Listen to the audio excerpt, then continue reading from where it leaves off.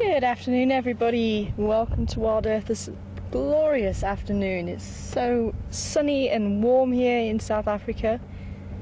It really is a glorious day, and that breeze, oh, it is absolutely divine. Perfect temperature to go on safari this afternoon. Welcome on board, everybody. And we're joining a beautiful bull elephant who's busy sorting out the good marula fruits from the bad marula fruits. Welcome on board. My name's Tara, and joining me on camera this afternoon is Andrew, and back in final control is Brian and the thumb.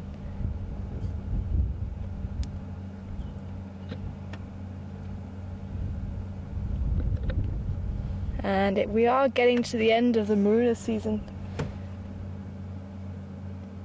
and he's still checking each tree out. We've actually seen him do a 180-degree turn to come and check out these two marula trees right on the northern side, the northwestern side of the quarantine area. Different bull to what we had the other day. It's not the bull that gave me and Andrew a close encounter. We can't smell anything from him. He's not dribbling, his temporal lobes aren't weeping, so he's not in must.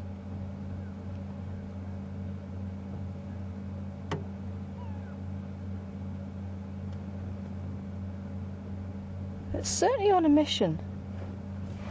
Just going to see if we can catch up with him again.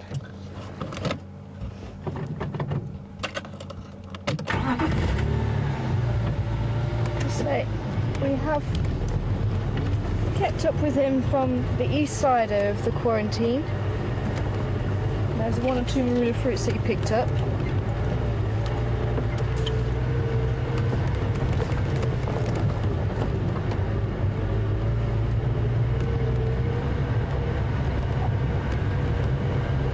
Apparently that's finished with now.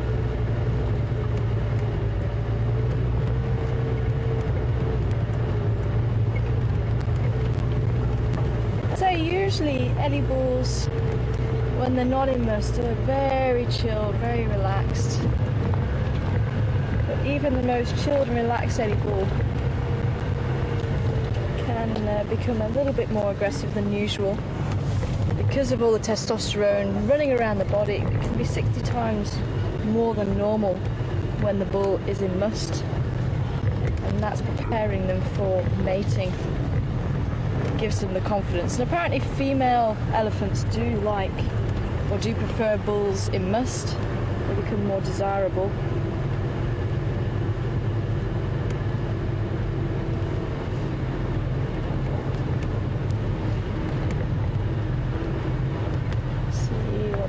Up to. There has been quite a lot of elephants around by Djuma Dam. We were down there a little bit earlier today, so hopefully you were able to see them on the waterhole camera as well. Remember, that runs 24/7, so you can keep an eye on what's going on here at Djuma.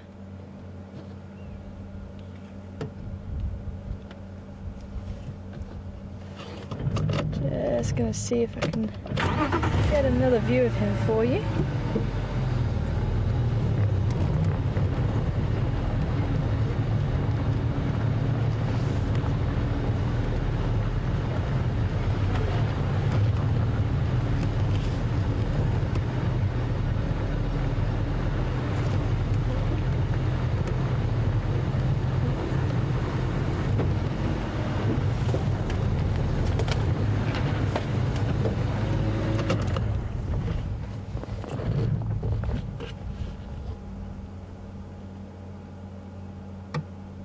So sniffing out marula fruits from underneath the trees.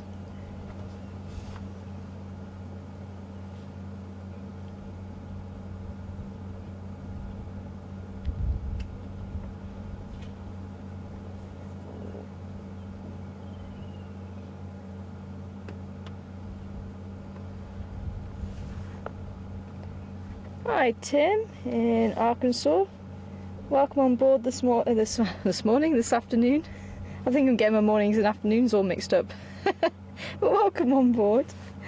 Tim would like to know, do any bulls all come into must at the same time? And no, they don't. they can come into must at different times of the year, but there seems to be quite a number of bursts around the period where we've got a lot of rain, and that's usually around January, December time.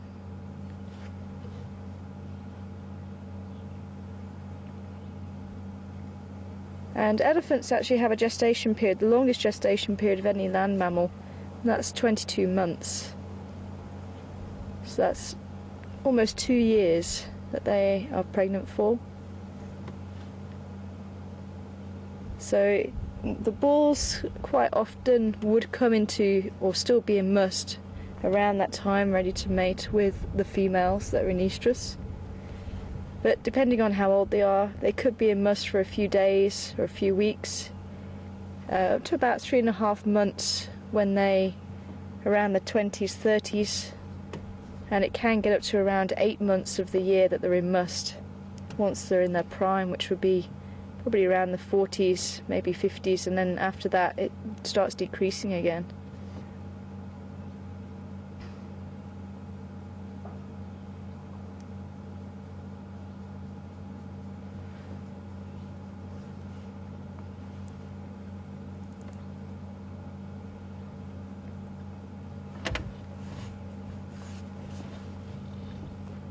As I said, there isn't a strict breeding season, but there does seem to be quite a number of bursts around the wet season.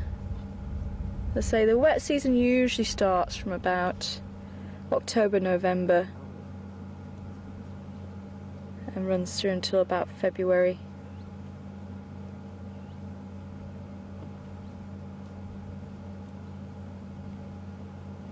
I thought he was trying to toilet. He was doing something very funny with his tail. It looked like he was trying to go to the toilet. It was a bit of a while coming.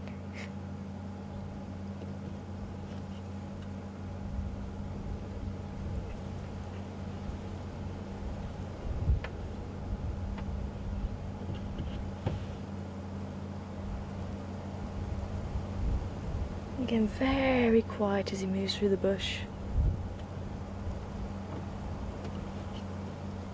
Moving on to the next marula tree.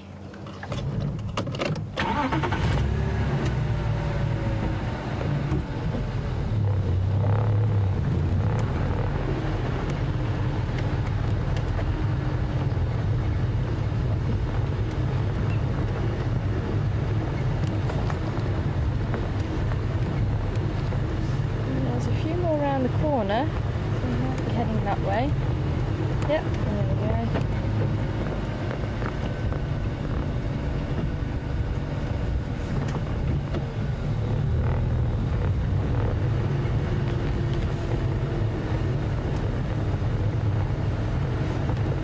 It's amazing, we actually could smell the bull in must, and he was a good, what would you say, about 100 metres? Yeah. About 100 metres away from us. We were downwind, but we could smell him pretty strongly. I say, he has been hanging around camp quite a bit.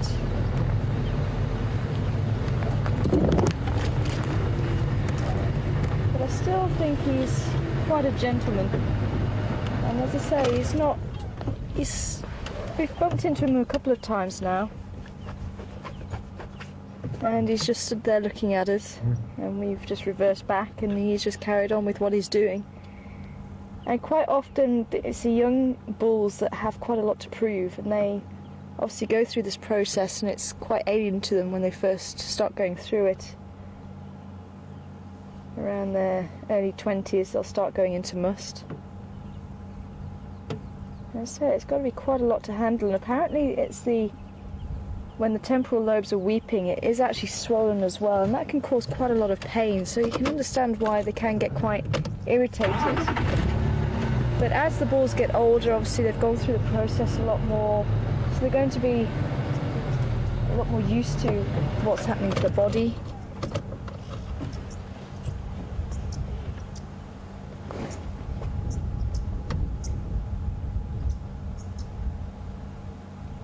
And again, and they don't really have as much to prove, because obviously they are going to be a lot larger as well.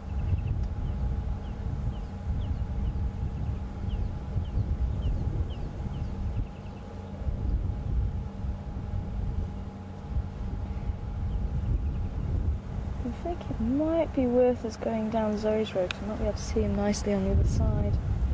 Let's try that. It looks like there's a couple more marula trees that side, and then we'll carry on heading south. So just to update you, the quarantine male leopard was still around this morning. Unfortunately, we missed him. There was another vehicle that thought the same thing as me. And as we pulled in, they were there, and they said no, he just disappeared down to the drainage line. And we did see the young hyena that we had yesterday walking through the bush this morning in that general direction. It was quite funny actually, because as we closed down, we had the two of them sitting right at the back of the vehicle, probably about 2 or 3 meters away from the vehicle. And they were like, nah, well, you're not going to move, so I had to try and manoeuvre the vehicle around them. It was very funny.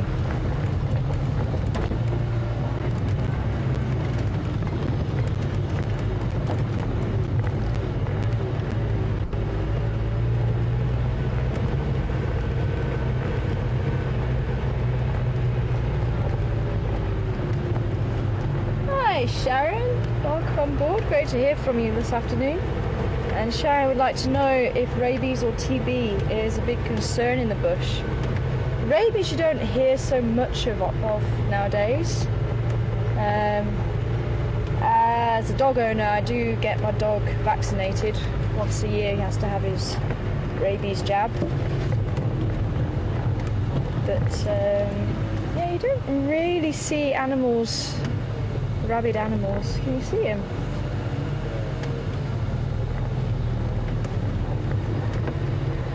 I think he might have moved a little bit further down. Yeah, I see him now. Just on the lid. Behind the bush. Behind those bushes, yeah. Yeah. Let's see if we can see him again. We drove forward, I think we'll kind of... Just want to try and work out where he might go to, which trees, because he's... Straight this way. So it could be this one here that he's going to. If I can turn around here.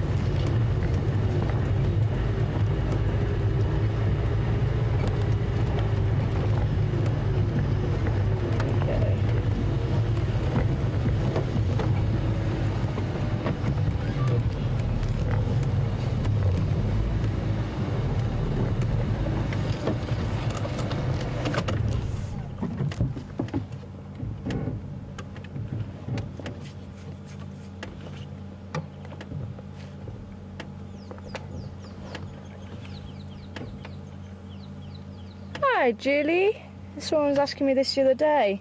What's the average stride length of an elephant? And I think it's probably about 1.5 meters, just judging it when they're walking. I think it's probably about that. But it's quite funny because they can't actually stride out that far, so when they run, it's still only that distance. It is quite amusing to see them run. But as far as the TB goes, Sharon, there is quite a lot of TB in animals, especially the buffalo. TB-free buffalo are very difficult to come by, but some people are breeding TB-free buffalo. And unfortunately, especially in the greater Kruger National Park, some of the lions have caught TB. So TB is a little bit of a problem. But as I say, you don't tend to hear about rabies very much.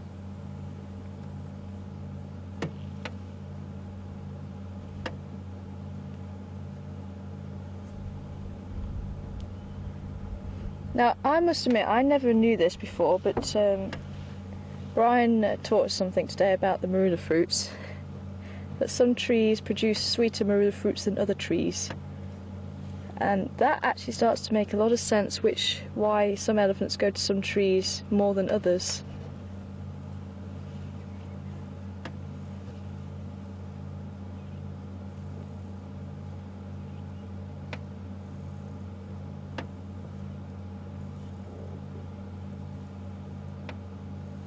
So some are sweeter than others. Good afternoon, Mr. Ellie.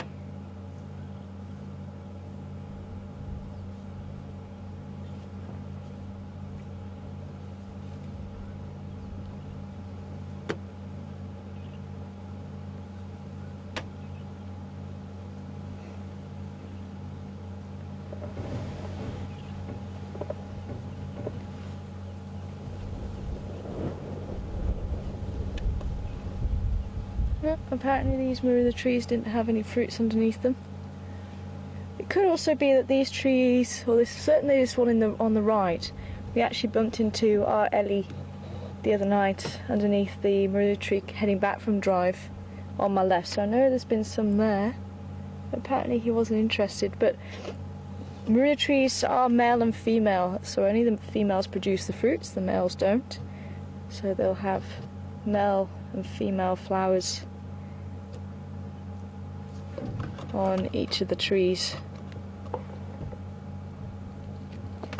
So it's only the female trees that will produce the fruits. And there he goes off into the bush.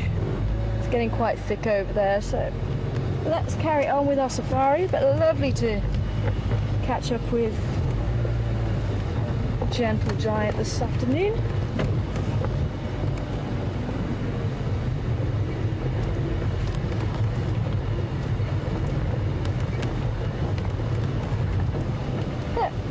Disappeared. Quite amazing, hey? Well, shall we stay on? Maybe we just stay on Zoe's Road and see what's out here. Although I am pointing this way now. Decisions.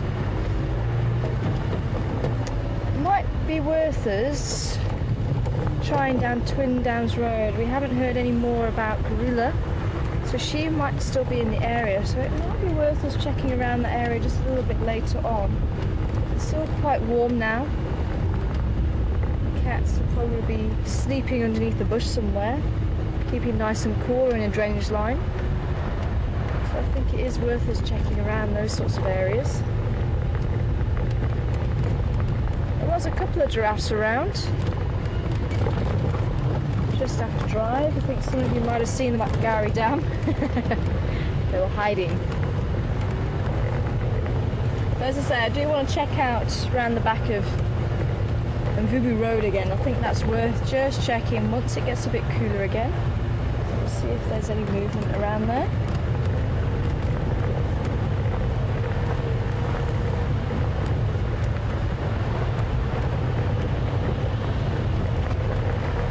See what we can find for you this afternoon. If you do have any questions, then send them through to questions@wildearth.tv. questions@wildearth.tv. And it's always fun to hear what you guys are thinking. And if you do have a question in your head, chances are there might be somebody else thinking the same thing. Send it in. And hashtag Safari Live. You can also send your questions in through there. And if I give you any questions, you can send those answers through to the same two places. Because I'm only human, I don't know the answer to everything. But you guys can certainly help me out.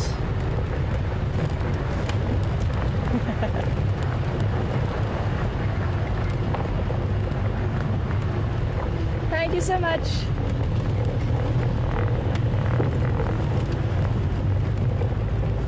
A few people asking about the temperature this afternoon, and it's about 34 degrees apparently. But as I say, that humidity is certainly a bit lower than it has been the last few days. 93.2 Fahrenheit. Thanks, Brian. I keep saying it, we still keep forgetting to get a thermometer here. We set it for 2 years. We said we were going to get a thermometer and we never did.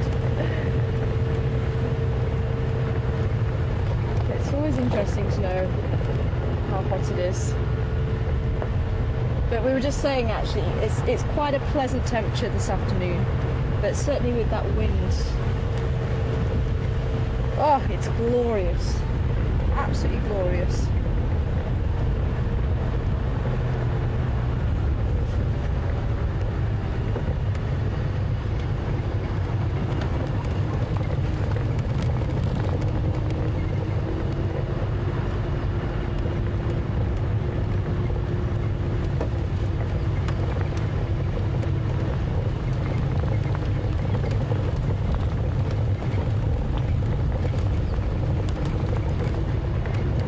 Send that through again, it came through very quiet.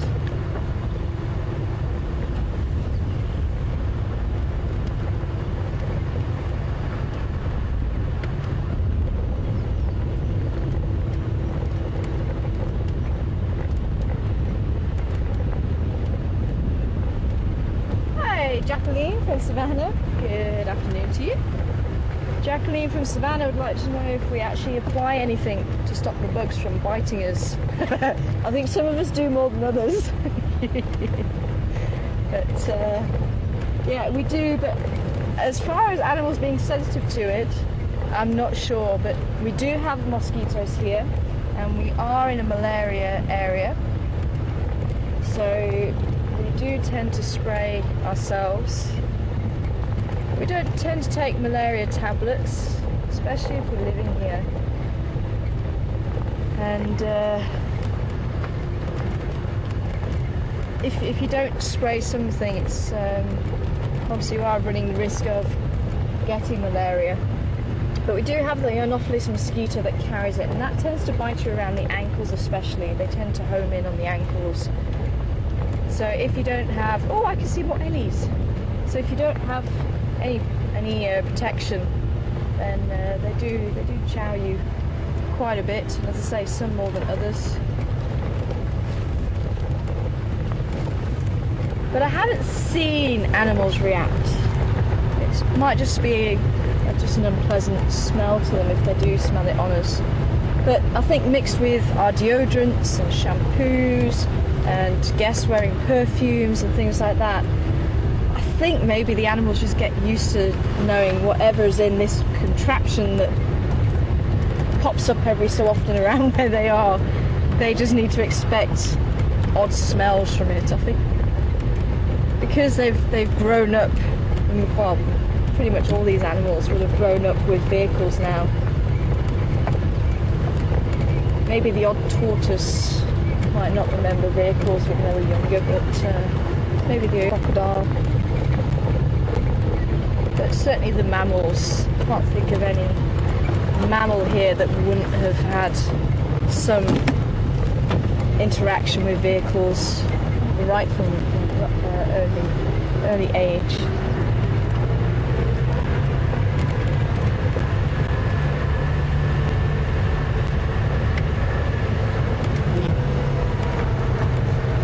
So I think it just goes without saying for them, we just smell weird.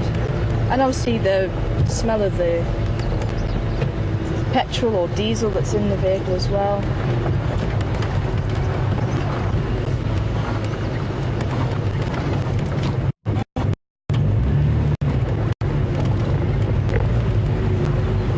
Buffalo.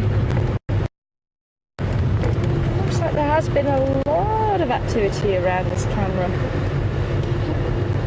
One of the bulls, I think it was actually the bull that was in my swim earlier on as well. Say hello to the eddies. So we've just had an eddy bull, and now we've got a female herd. Ah, monkey! Someone was asking about monkeys and why we're not seeing them.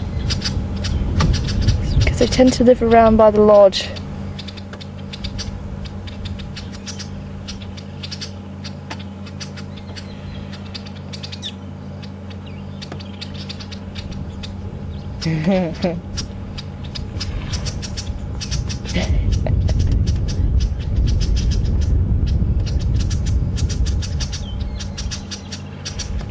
But Ma, I haven't finished yet.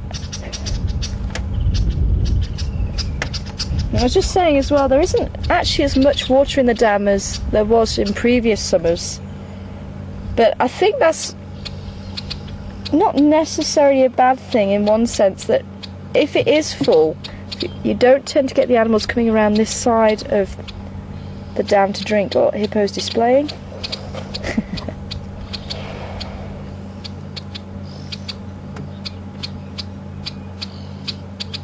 But it's going to be a difficult winter if this doesn't have as much water in it, because it's just going to diminish. And it might be quite a dry winter. So you can see just a few individuals in the herd. And this is going to be a family group. You've got mum and a number of offspring.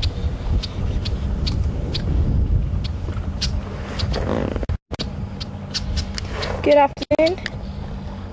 Shanby Glove, Gary Dam.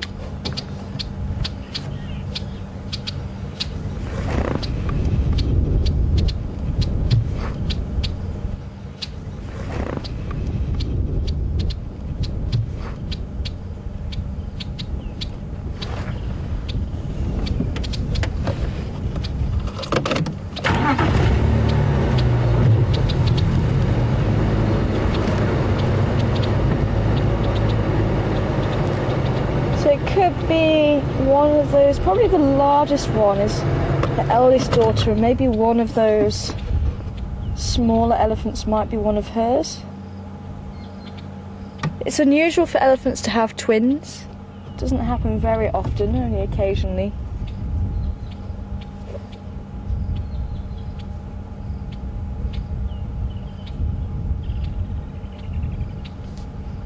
And then at some stage she might meet up with other relatives, sisters, other daughters, maybe even her mother. She might be quite a young female herself. I didn't notice. Maybe in her 30s, mid-30s, early 40s.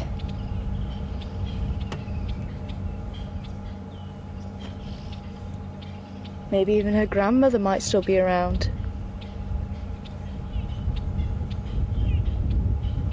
There we go. And the large impala herd just to the left of them.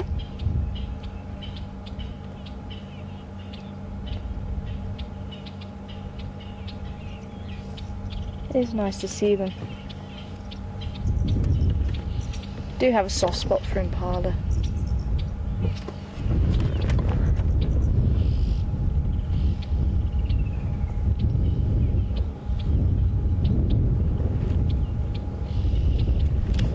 Hi, John in Florida.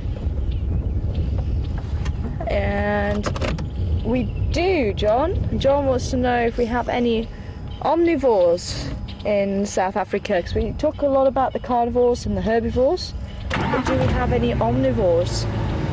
And certainly the pigs. Unfortunately, we haven't seen much in the way of warthogs. We saw a couple today. They made a turn around by the dam, but we haven't really seen many arrive. But they do eat grass and roots and things. It's a diet, especially during the winter time, with meat, and they make the insects well. The primates are omnivores, so they do eat insects and fruits and things like that. There's a monkey. I saw you crossing the road, and there's another monkey down here as well. So I forgot who was asking about monkeys. I think it was sometime last week. And that Franklin's not happy about something, and it's in the drainage line again. But these monkeys aren't seeing anything. Monkeys are pretty good at picking up things, especially cats. You see what he's definitely on the lookout. Maybe he's trying to see what the Franklin's calling about.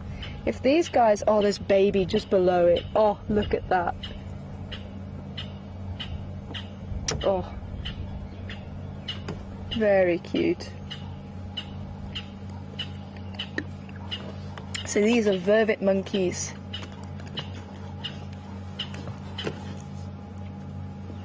You can see quite small. It does make them quite difficult to spot in the trees unless you see the tree branches moving. I just have to see these guys running across the road. But this female doesn't look like she's seen anything from that francolin. Maybe she's going to go and have a closer look.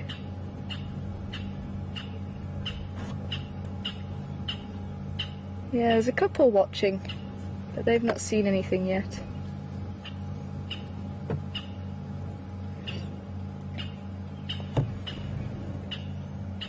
Is he going to jump? Looks like he's going to try and jump.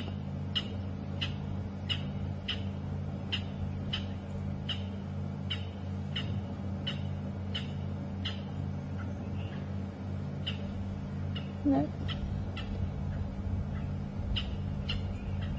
Be surprised if he actually tries it. It's quite spindly, that branch.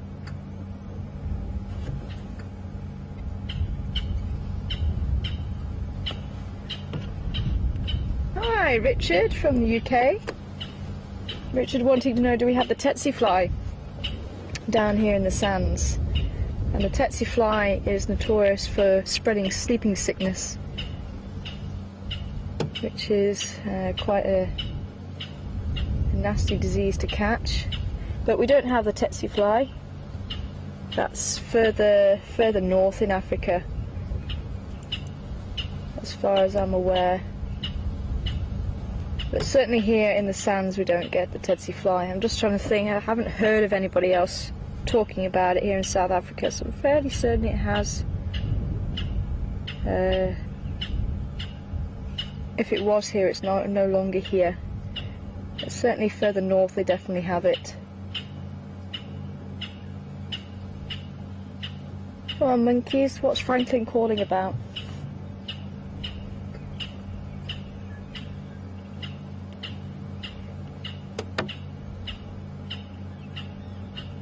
Hey, saying there's nothing there at this stage. Come on, monkey, monkey. Go on, you can do it. It's just that little bit spindly, that branch. It's not very sturdy. Be surprised if he tries. Oh, there we go. Yeah, that's more sensible. So these are vervet monkeys. Oh, is he going to try?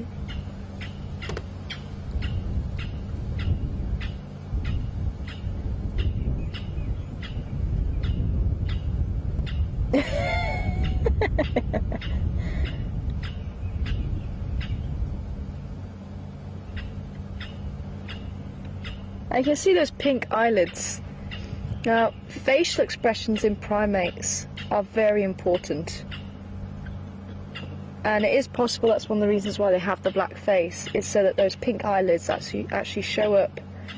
So when they're aggressive or when they're being friendly, they'll pull the eyelids in certain ways, and obviously the teeth as well will show up really nicely. If they're baring the teeth on that black face, it will show up very, very well. Could also be to do with the fact that they are diurnal, so that black face might stop glare getting into their eyes. I just thought that's why the meerkats have a black face as well. And the black underneath the cheetah's eye is supposed to stop glare from the sun. But also why lions are supposed to have light underneath the eyes. That it's the theory goes that it's to be able to catch moonlight and starlight, and that helps to increase the light getting into the eyes. But I'm not so sure if I believe it. But that's the theory. I can't come up with anything better.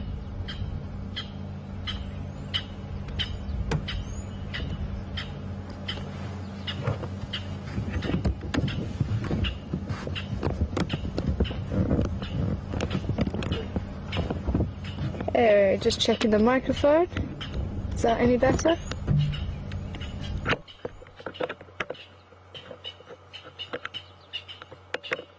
How's those switches doing?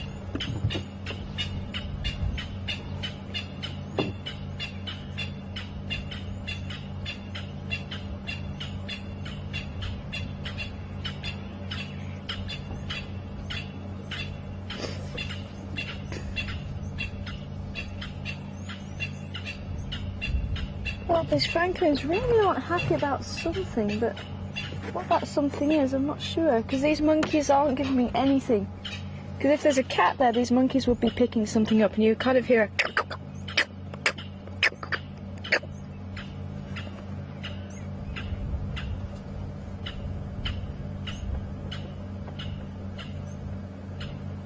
I'm not hearing any calls from these guys.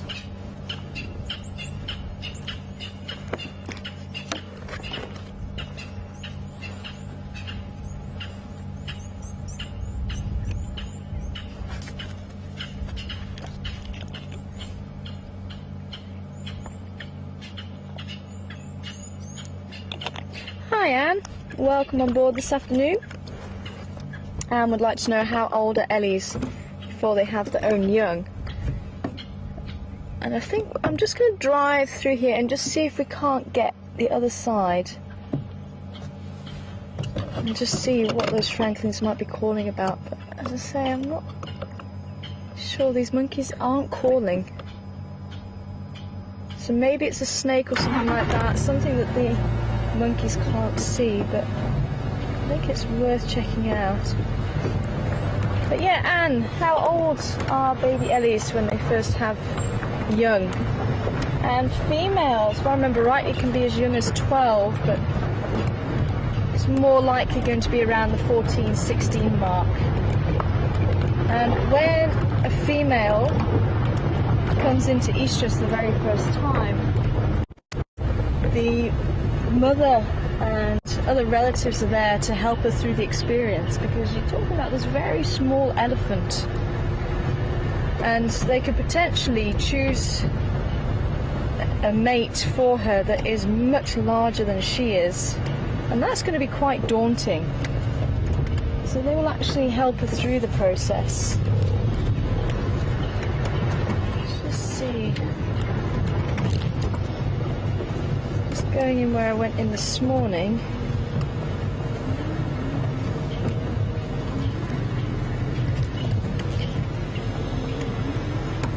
So if I can locate the francolin, if we can see where they are calling, or looking, the direction that we're looking at, it'll give us something to go off.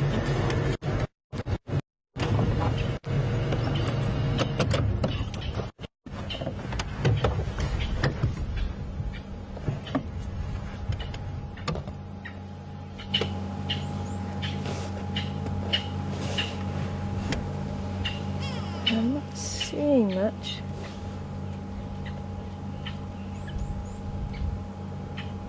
Okay, I'm just going to jump out and just stand by this tree and just see if I can peer over. Unfortunately, this bush is just a little bit too thick and I just can't get that vehicle anywhere near. Watch my back.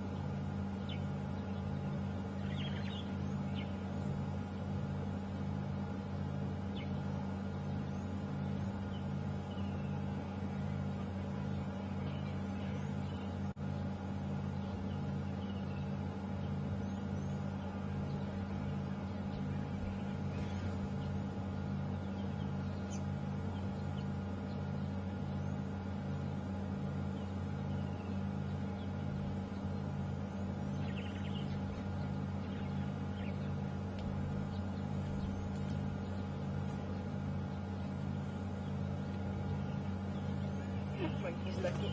You do it!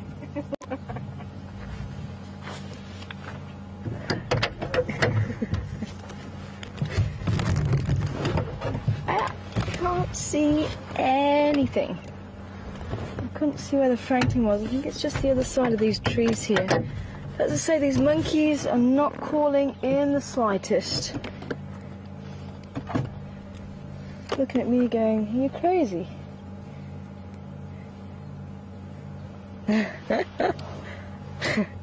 Check, they're all coming out to see me now. What's she looking at, Ma? I don't know. But yeah, these guys have got really good eyesight, and as I say, we should hear them going, giving the alarm call.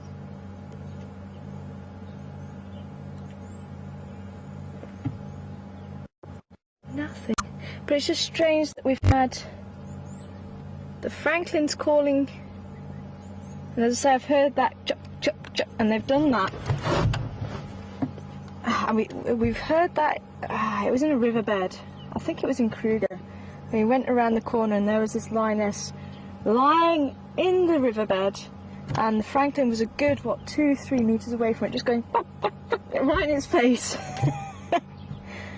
So it is possible for them to still be on the ground, going chup, chup, chup, chup, right in the face of a cat.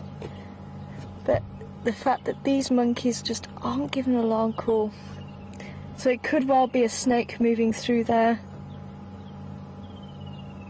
Could be a dead snake, but as I say, I'm struggling to get the vehicle in there, because we tried driving into the drainage line and tried driving up here, but we couldn't get that far. We could only get probably about half the way up. I kept thinking there is something in here, but the lack of alarm calls is just as helpful as the alarm calls. But if anybody watching the Djuma waterhole camera hears these monkeys calling, please let me know.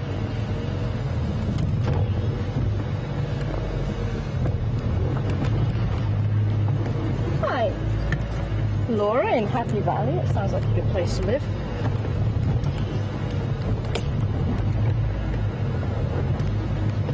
Do a bit of reversing out here. Hold on.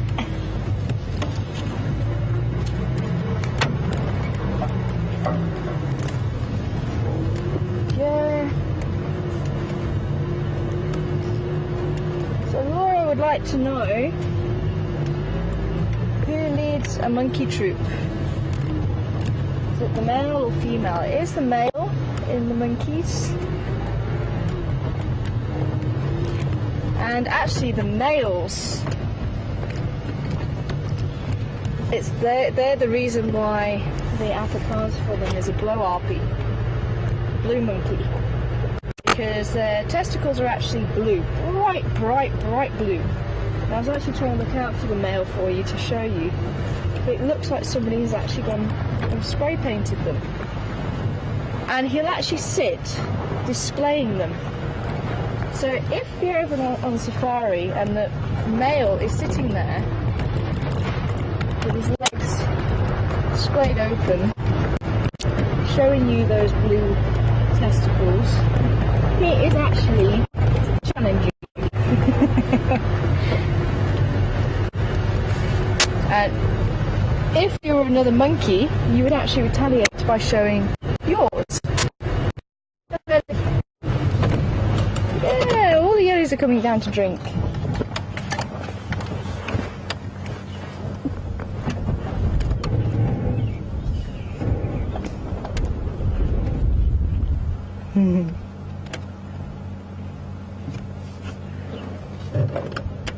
So the one with the brightest blue will actually win.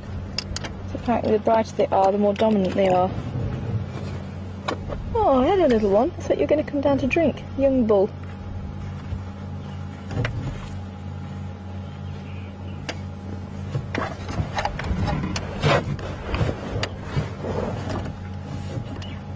Where are you going, little boy? He wants to give us a little mock challenge. No. She's not sure about us, that's all.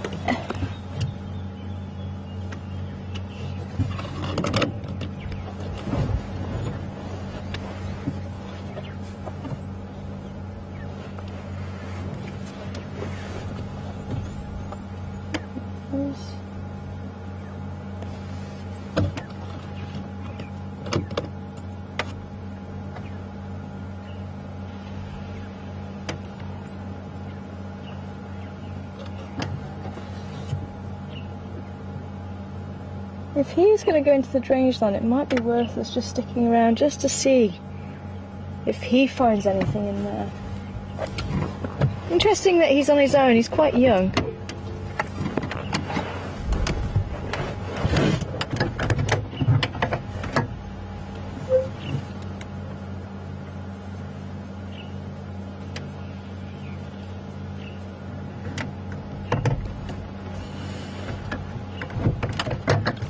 No, he's not going to the drainage line. What are you doing, little one?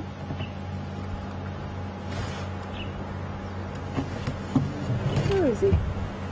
Just walking up the road.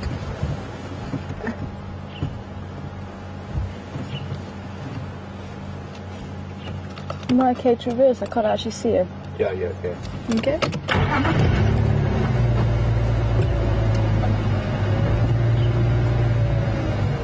Yeah, I wonder.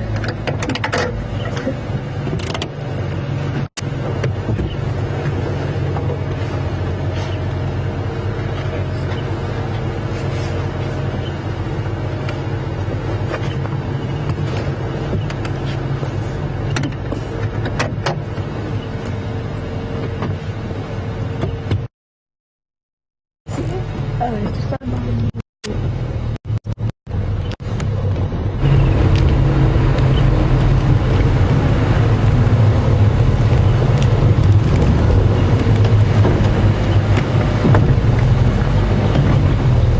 There he is.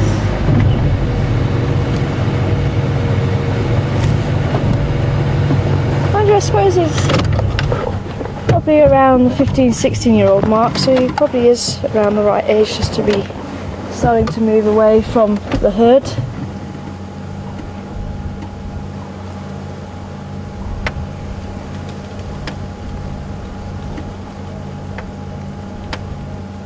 He seemed to be in a little bit of a rush to find someone, so maybe he caught wind of the male, or maybe he got caught up with something else and he kind of got left behind, and maybe he's trying to relocate his herd.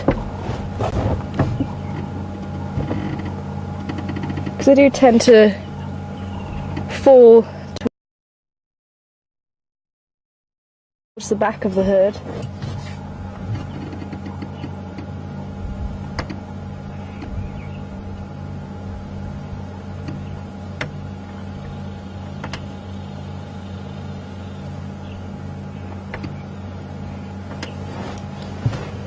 Okay, cool. Well, let's continue on. So we'll head down towards Chelapan along Twin Dams Road, just see if we get any luck with some Karula.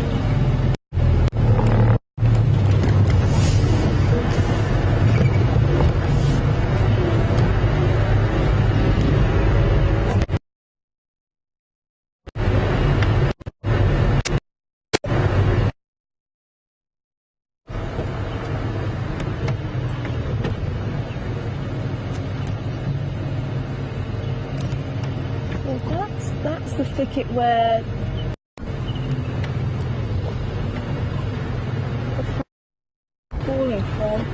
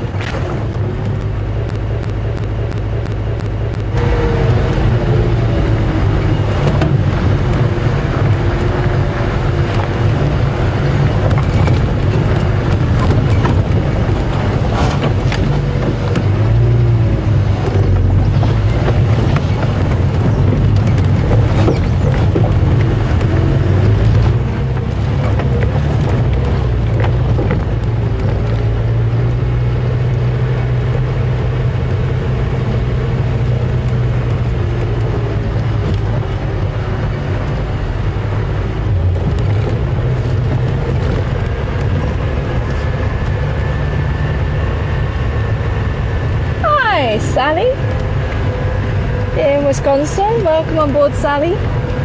And Sally wants to know, could there have been spoonbills at the Djuma waterhole? Yes, they could have been, Sally, and I saw a picture of them, so I wonder if that's the picture that needed the confirmation. I did see that picture. And I'm loving all the screenshots everybody's taking. Do go on after drive and just see what everyone's managed to capture. And obviously with the wonderful camera work of Brian and Andrew, allowing you guys to get those wonderful screenshots.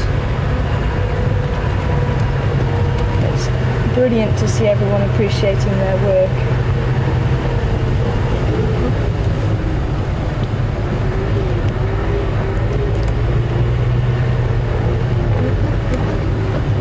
Some wonderful memories.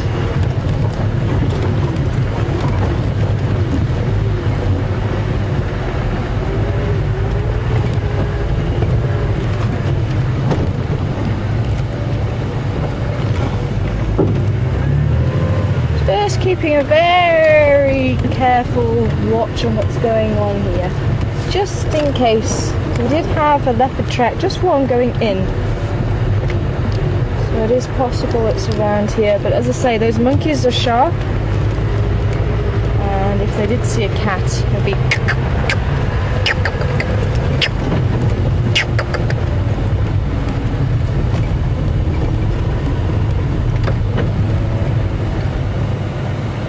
oh, baby elephant track.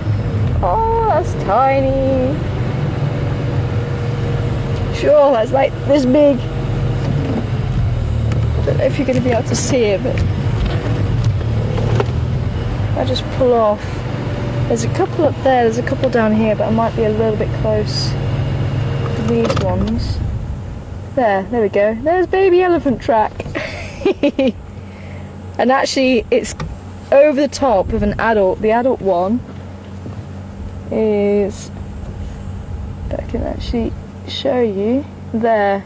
You can see all the patterns in the adults. Probably the adults that we saw drinking just now, but that's a full adult one there. It just goes to show we've got the baby ones just wrapped in just over the top of the adult. And there's a couple of drag marks actually from the trunk of the baby by the looks of it, just there. It's a baby dragging its trunk.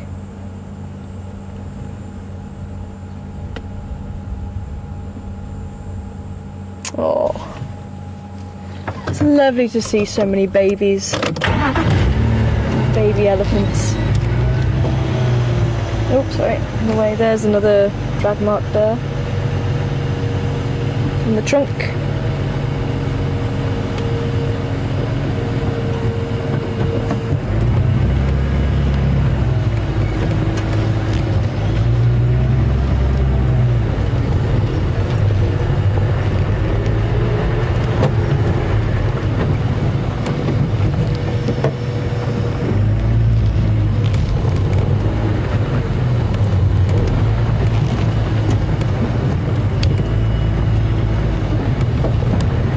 Hey Trisha, welcome on board this afternoon, and we're just going to put our nose in over the drainage line here just to see if we can get a view this side. But Trisha would like to know, when Anelli comes to leave the herd, is it quite an emotional time for the herd?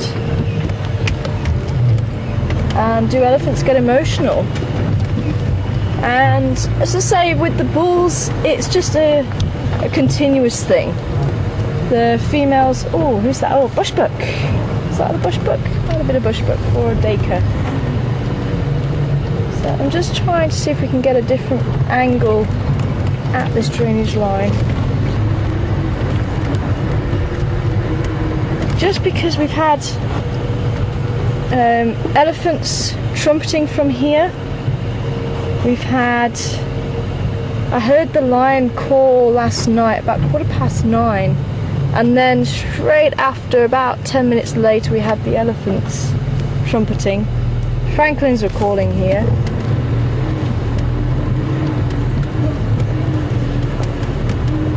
As I say, I'm just not getting anything.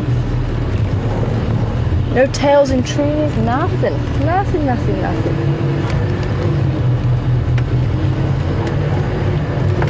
But yeah, as I say, it's quite a gradual thing. But if the boys are getting a bit boisterous, the females will tell them off, and they tend to just migrate towards the back of the herd, and they start taking longer and longer to catch up. And it's actually on their own terms, really, when they feel ready, because it can be mid-teens to late teens when they'll actually leave. But females will tend to stay with.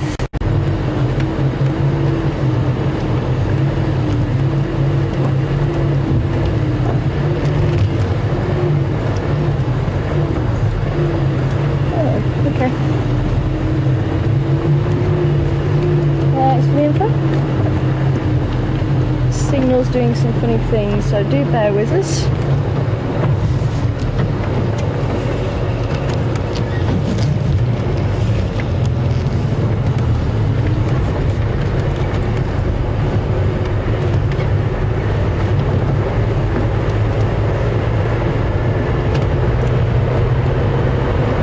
Females will stay with the herd,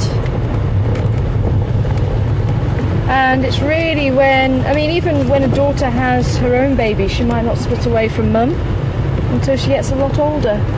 But elephants can be very compassionate animals, and if they find elephant remains, it's often been observed that they'll actually touch the bones and almost be contemplating. Olifants, the camp in Kruger, used to have elephant tusks on the door to the camp, and the elephants kept taking them. So now they're plastic. But yeah, they do stop and sniff the bones and will hold the bones. I think there's a lot more to elephants than meets the eye, and there's been a lot of research done on their behaviour, and as I say, I think they've actually found it's a lot more intricate than what we realise, their social structure.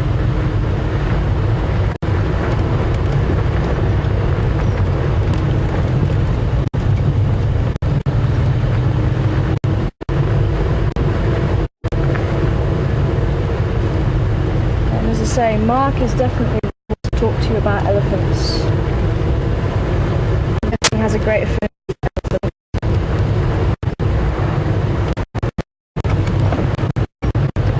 And he'll probably be able to talk to you all day about the compassion that they have and the emotions of elephants.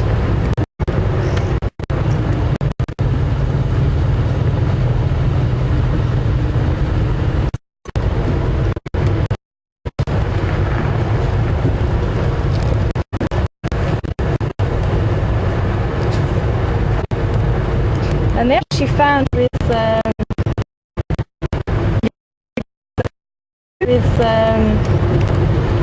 young elephants, they moved a lot of young bulls to, I think, around the 1960s, if I remember rightly, around that sort of time.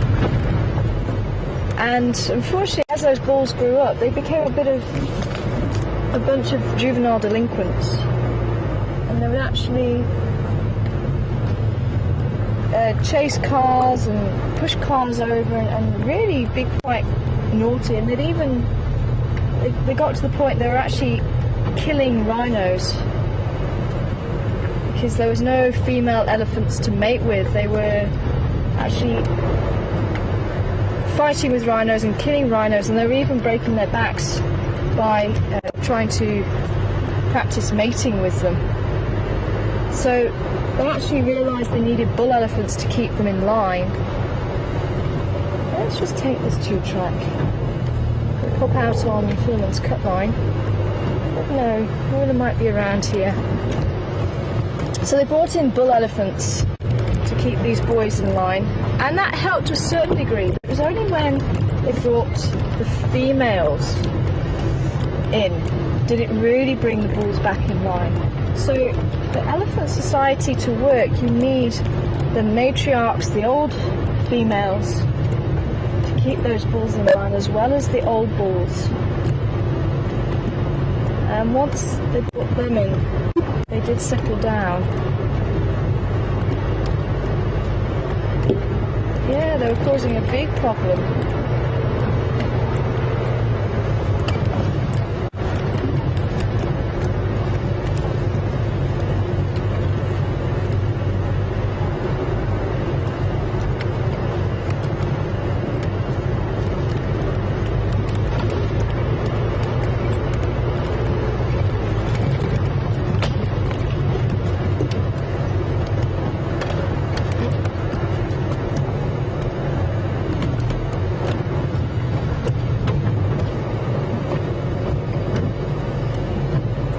Come on, Karula. Where are you, lady? I'd love to see you.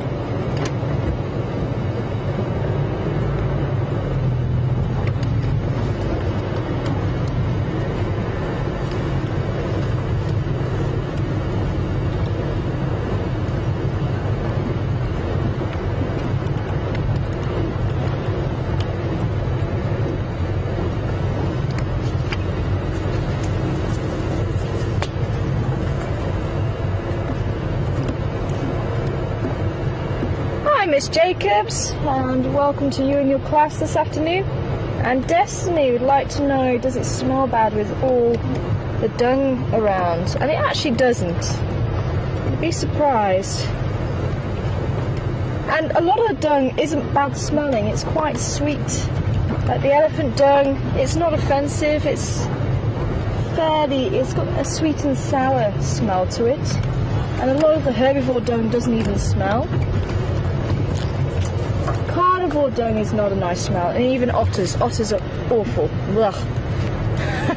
Because otters eat a lot of fish, so you do get that fishy smell. That's really not nice. It's probably one of the worst, actually. Blech.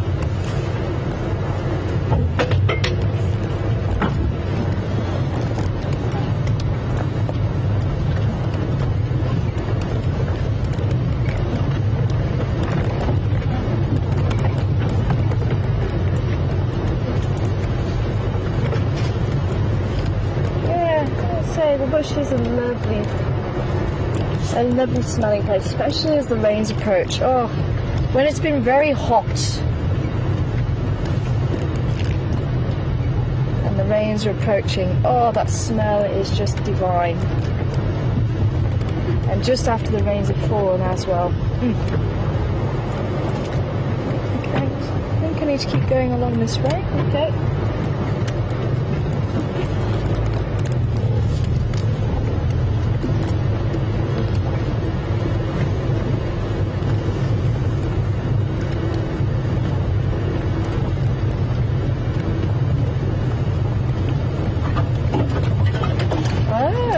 Interesting. I wonder where people are getting that idea from.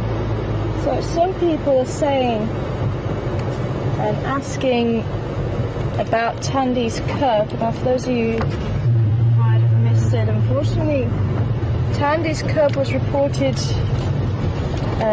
being found at the hyena den on Cheetah Cub Line, and no one's really sure how it got there, whether the hyenas killed it and took it there, or whether they just found it dead and took it to the den. But they're wanting to know if apparently there's some rumours going around, and I'd love to hear where those rumours came from. This is why I lost. This is where we got to this morning on this 2-track, and then I lost where the 2-track had gone. So I have to remember, I've got to go around this tree. How we doing?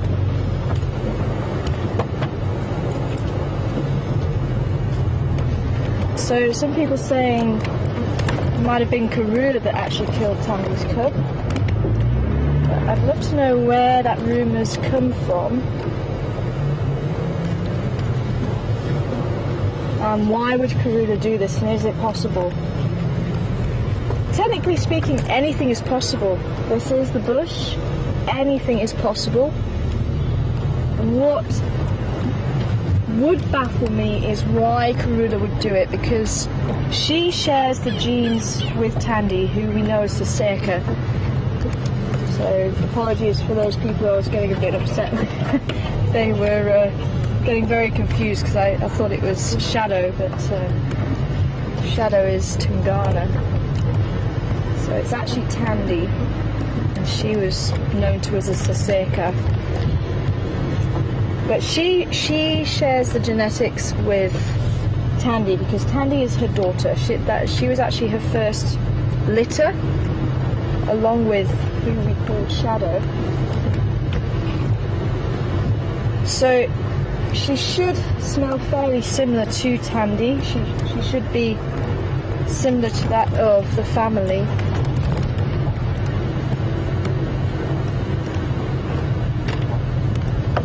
Ah, okay, apparently Karula was in the area. I think Cheetah Plains are saying it could possibly have been Karula. But as I say, it's because she shares the genetics, and there could be a possibility that they smell similar. Maybe someone would research that. I don't know if that's ever been researched. I haven't found anything about family interactions, which is one of the reasons why we wrote that paper about what we were seeing here at the Djuma Game Reserve, because fathers shouldn't interact with the cubs, and they shouldn't interact with certainly old cubs, but that was exactly what was happening here. So there's not really been much done on how they recognise each other. It's possible that the males have actually met the cubs through the mother, well, it's most likely, and they'll actually start to recognise them through sight and smell, most probably. So if the family has a certain smell about them, as will other animals, they'll have their own scent, and they'll be able to recognise family members through that scent. It should go by saying that Karula should know the cub from her daughter from the smell, possibly. It could be that maybe it doesn't. Maybe she didn't smell. We have known Karula in the past to actually socialise with her daughters, and I think it was actually her other daughter. I think it was Shadow, because Shadow was usually on the west side, and Saseka was this side, so on the eastern side where Cheetah Plains is. And we've actually seen, or we heard of Karula actually spending time with her daughter. So it is possible that she's met the cubs if she has socialised with them recently. So I can't see why Karula would, because it would be family. But as I say, anything is possible. Anything is possible. It could be the more likely scenario if it's a leopard. The more likely scenario is a male killing the cub. If there's a new male in the area, they will commit infanticide. They will kill cubs, and it actually happens a lot more often than what was realised. And the males kill the cubs so that the females will come back into estrus and they're ready to mate a lot quicker than if they were left with the cubs, because the cubs can take a year and a half, 2 years before they leave, before they're fully independent, and before the female will actually come into season again. But if the cub is killed at a fairly early age, they could be ready to mate within 4 months again. So if a new male comes in and takes over, then he's more likely to have cubs. So if it wasn't hyenas, and if it was a leopard, that would actually be where I'd be looking next, would be the male leopards. Which male leopards were in the area. So I'm not sure who's supposed to be the father of the cubs, but it is possible that a new male has not been detected, and if he's in the area, quite possible. But as I say, I'm not sure how old the cubs are either, because they could have been susceptible to other predators. You don't really hear of females killing other females' cubs, but as I say, anything is possible. If the cub doesn't smell like the family,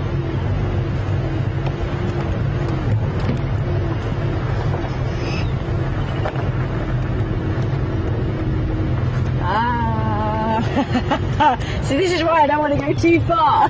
Some people are saying that the impala that are crossing the Gowrie Dam wall don't want to continue their journey as normal. They're a bit hesitant. I'm so sure there's something in there and I just can't get in there. But unless I get absolute confirmation, I just needed those monkeys to give me a sign that they could see something. But if those impalas start calling, tell me I'm going to put foot, I'll get there. So keep your ears peeled, zoomies. As soon as we have alarm calls, I'd love to know about it and we'll get there as soon as possible.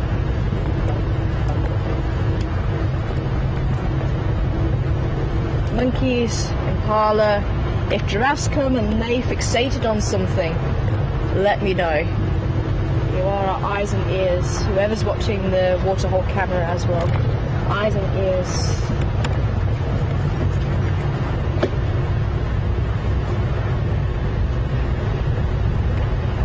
I'm sure there's something there. It's just everything's pointing there. So we did try. We might have another go as it gets a bit cooler again. Maybe if they pop out. If there is something there, they've been there for a couple of days. Chances are there's a kill there. We couldn't smell anything.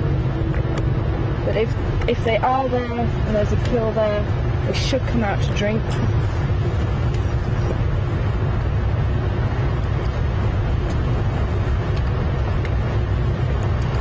So I'm struggling to see what it is under those bushes. There's no movement. We've been in there, let's say, from each side as much as possible.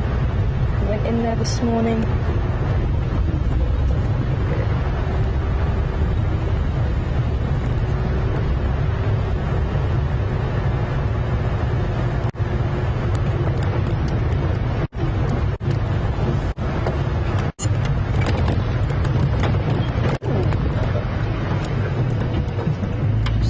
Went round the corner. Hello, beautiful boy. You're coming this way. Let's just see where he goes, because he might just walk straight towards us. I actually saw the females down towards the dam, probably around 12 o'clock. This is the male walking towards us.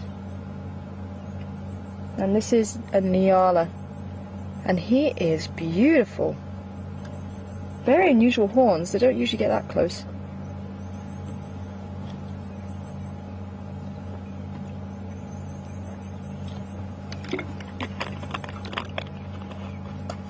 Oh. See him a little bit better. Now he's moved off through the bush. He's cutting the corner.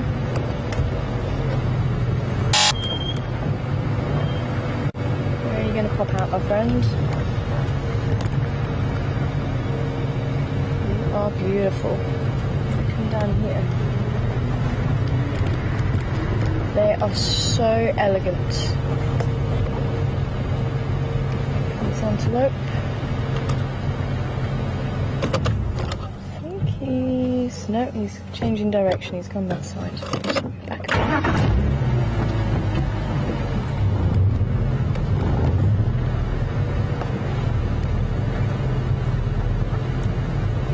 Forward. There we go, he's going to walk out in front of us here.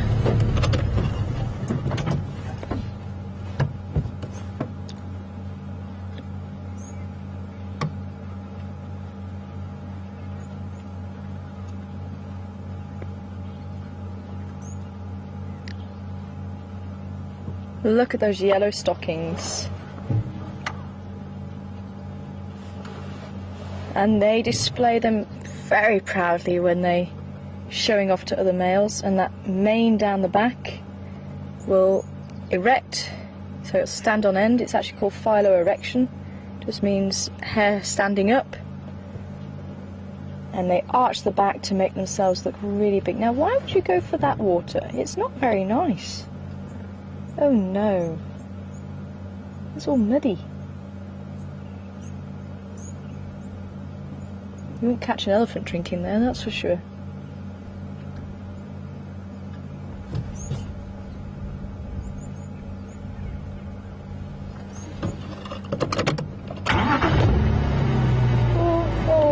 Sorry, mister. I wasn't expecting to startle him.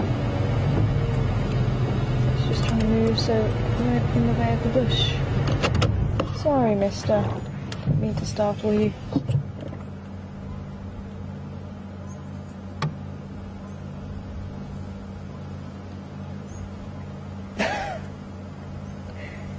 Looks quite put out. I'm very sorry.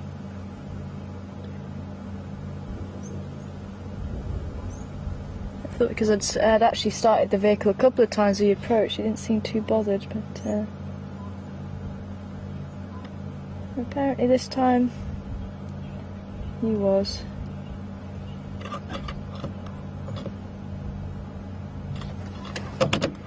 But yeah, they are very, very graceful. Say they'll actually walk around each other, they'll dance around each other, two males, and it's like slow motion, and they really strut their stuff, and they really show off those yellow stockings, and it really does look like someone's pressed the slow-mo button. And they arch the back and they show off, and it's brilliant. Probably one of the best displays from the mammals.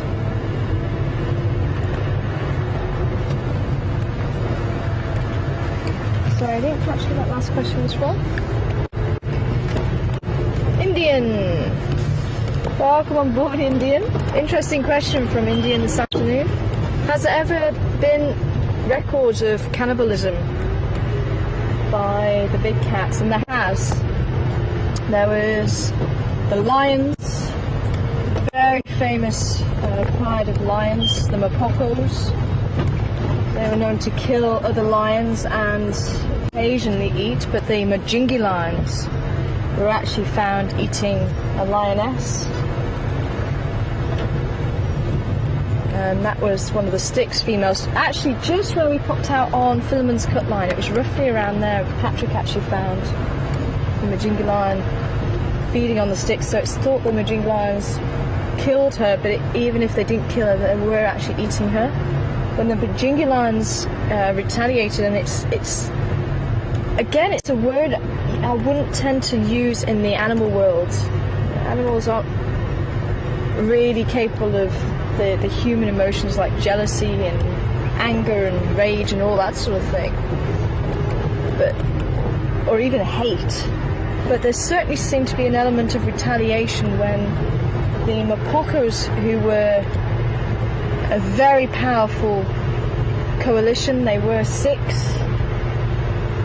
and then the Majingi lions came on the scene, and they came in and they had an air of arrogance about them. And the two Mapocos, because the Mapocos actually started splitting off, and the two that were in this area, Mr. T and Kinky Tail, were defending this part of the territory, and the Majingi lions were killed. One of them was killed by these two Mapocos. They were big lions, and that was around the morning. And then in the afternoon, the Majingi lions went after the Mapocos and actually killed Kinky Tail. And there's footage, I don't know if it's been released, but certainly on, it's actually a wildlife program here in South Africa called 50/50, and I think it was sent in there. And the Mapocos one, I think, is on YouTube, where the Mapocos actually killed the Majingi lions. But the Majingi lions killing the Mapocos, or the Mapoco, I think got sent off to this 50/50 program. And on that footage, you can actually see Majingi lion roaring with the leg of the Mapoco in his mouth, and he was actually feeding on the Mapoco. It just goes to show the animals can be, or nature can be quite brutal at times. But they certainly were known to feed on the lions. So it's not the norm, but certainly for this area, the males seem to do it a fair bit. Leopards as well. I've just read a paper recently that has reported cannibalism in leopards.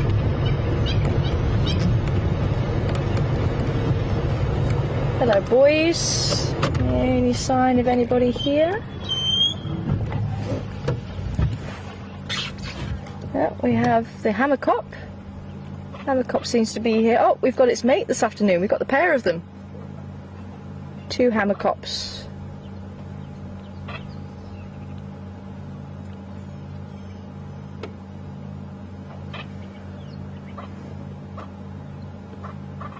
So yeah, there was a male leopard thought to have killed and partially fed on a female leopard. And if females, if their cubs are killed, they have been known to consume the carcass. So that was a fairly recent paper as well. So it does happen.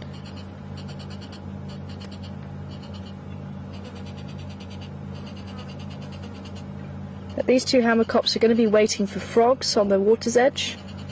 Maybe small fish. You can see the one at the front's poised and ready to strike at any moment. The tanners is one of their favourites. They seem to go for the primitive frogs quite a lot. And you'll see them actually trying to get rid of any of the slime that's on the body. And they'll take it to the bank and they'll start hitting it around and rolling it around in the sand to try and get the sand to take off the slime before they eat it. And it's almost like they tenderize it as well, so it goes down a little bit easier. Shame, this poor boy is getting irritated by flies this afternoon. Oh, you can see that swarm around him. Wow. Yeah, did you pick that up on camera? I didn't see it on the screen. But he's got a lot of flies buzzing around his head. Yeah, there you go. You can see the swarm just around his ear. Oh, poor boy.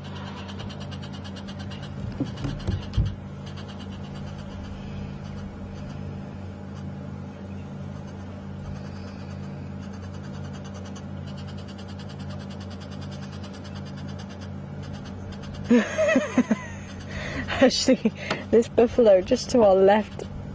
Have you ever done that when you're sitting in the car and you're nodding off and you do that whole bungee necking?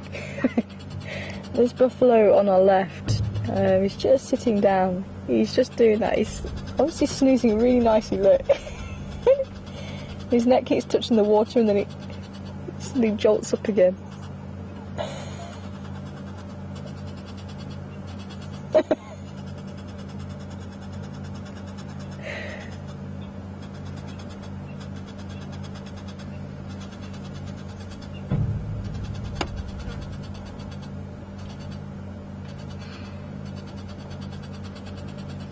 Oh, it's a hard life being a buffalo.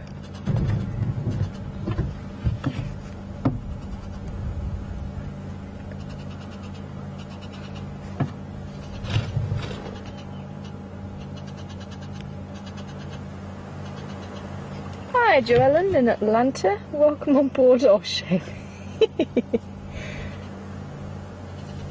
So I think that last one must have woken him up a little bit. Oh, I don't know. Right, there we go.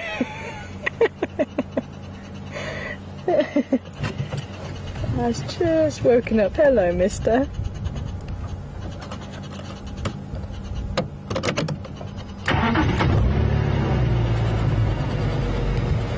There was actually a woodlands kingfisher just dive bombing the water again, just to go and have a bit of a bath.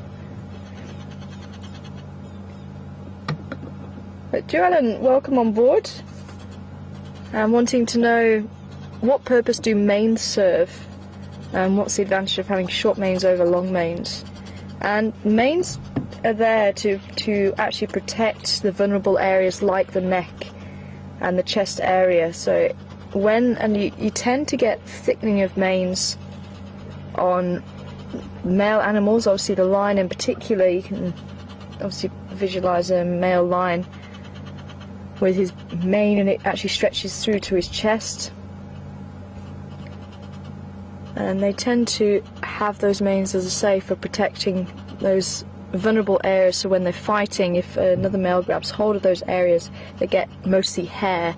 So the bite, it takes a long time for the bite to actually reach the flesh.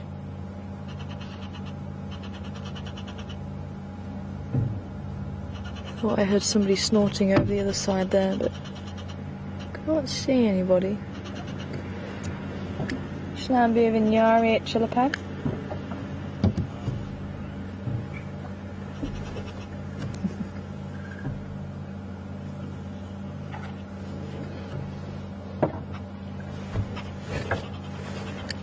So I'm not copying you, but you can join. Yeah, no problem.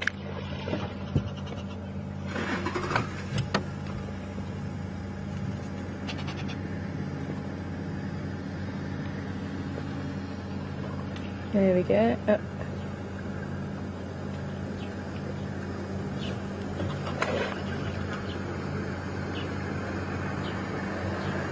There you go, there's all the flies.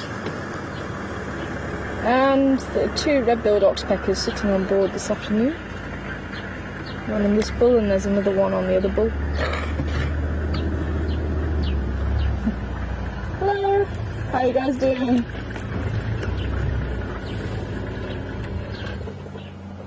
Myself in the shade. I'm actually going to move out so you can sit where we are. Laka. No worries. Have you seen any tracks? No, nothing. I think there's something going on in the drainage line just south of Gary Dam, but I haven't been able to get in there. I've had a look. I had a look this morning, couldn't see anything, but we keep hearing elephants trumpeting every so often in there, and it's been had for the last couple of days, but as I say, I've not been able to get far enough in. Okay. So it's, I think it's just a few metres back from the wall, if there is anything. There were some monkeys there. They weren't calling, but there were some francolins. So there's something funny going on in there. But, yeah, I'm gonna see if I can get in another area, just see if I can get another look in there. But also when it cools off a little bit. So yeah, I'll give you a shout. Yeah. Yeah. Alrighty. Catch you later. Well, enjoy your safari.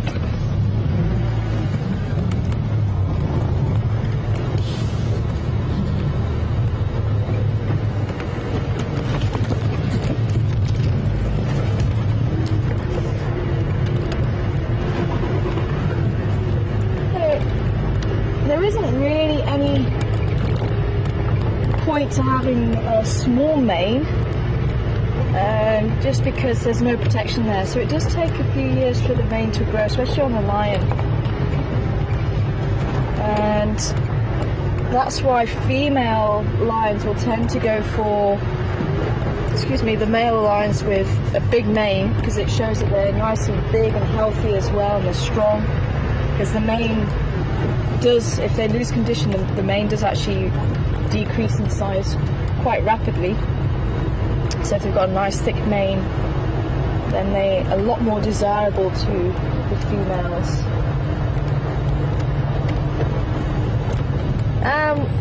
Welcome again this afternoon. Oh, hello. Hyena. Oh, I was getting excited then.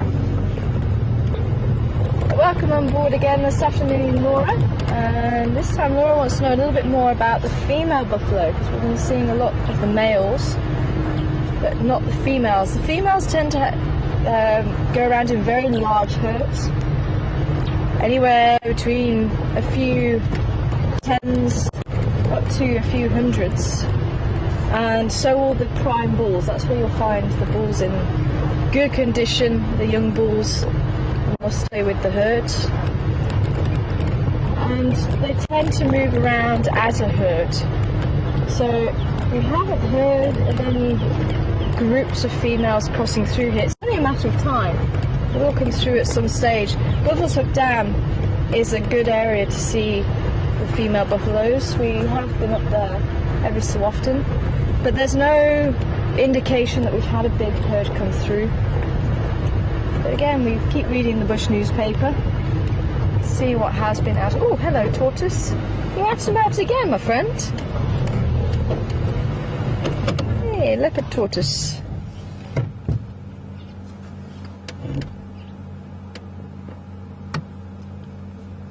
Leopard tortoise does tend to eat vegetation, but it also will eat bone and hyena dung. Hyena dung contains a lot of calcium, because obviously all the bones that the hyenas eat, and phosphorus, and will be a little bit easier, I think, to eat than bone. Deciding that actually he doesn't want to talk to us. Well, that's fair enough. Oh, it's so good to see these tortoises. I remember even in the last year driving for Wild Earth, we didn't see as many tortoises as we are this time. We've been seeing tortoises on quite a regular basis, which is brilliant. Mostly the leopard tortoise now. You can see that nice dome-shaped shell that we can see those spots, which is why it gets called the leopard tortoise, that yellow and black marked shell.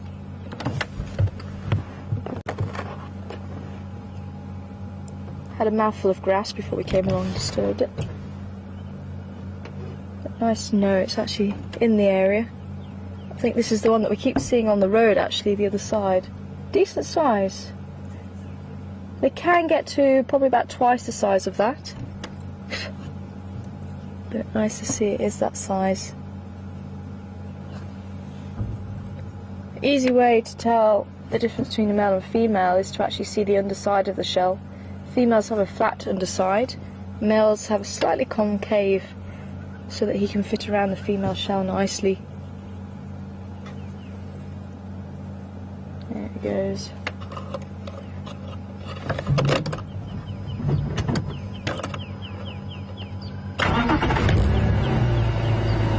So it's about,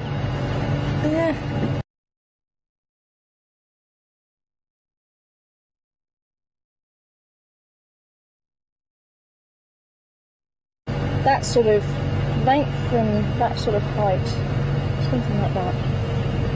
So decent size, very cool.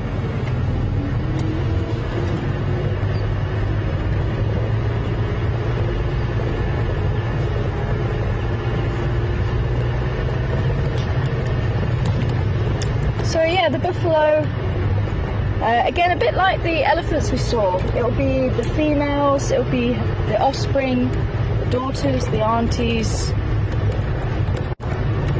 and they will make up the herd. You have a few that go ahead of the herd, and they're known as the pathfinders. Fairly young animals, but they'll go up ahead and find the water and the grazing. The more dominant females will be to the front of the herd, so they can get to the water first and get to the grass first, so that they get the water before everyone's stood in it and made it all muddy, and they get to the grass before everybody started trampling all over it. And then you get the sick or the old or the injured towards the back of the herd, and the females tend to stay with the herd throughout their life. You don't see them splitting off like the old boys do.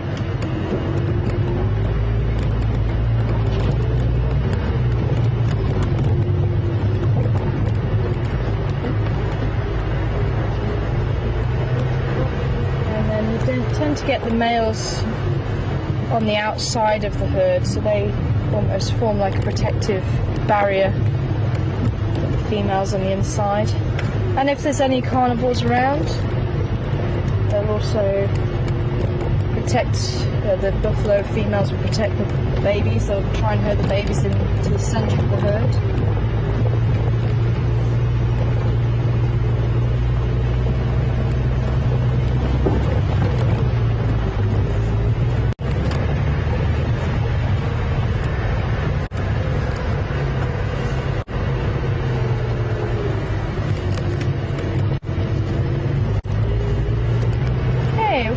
We've just gone through Spaghetti Junction. We're going to try Nyala Road south for a change. Here's a very pretty road, and then we'll possibly come back up the central road towards Gowrie Dam again.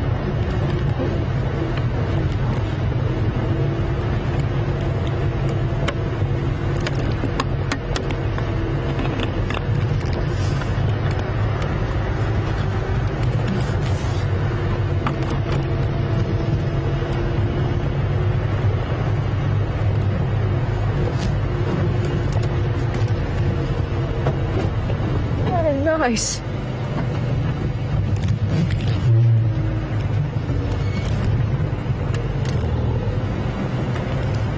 Pull back here.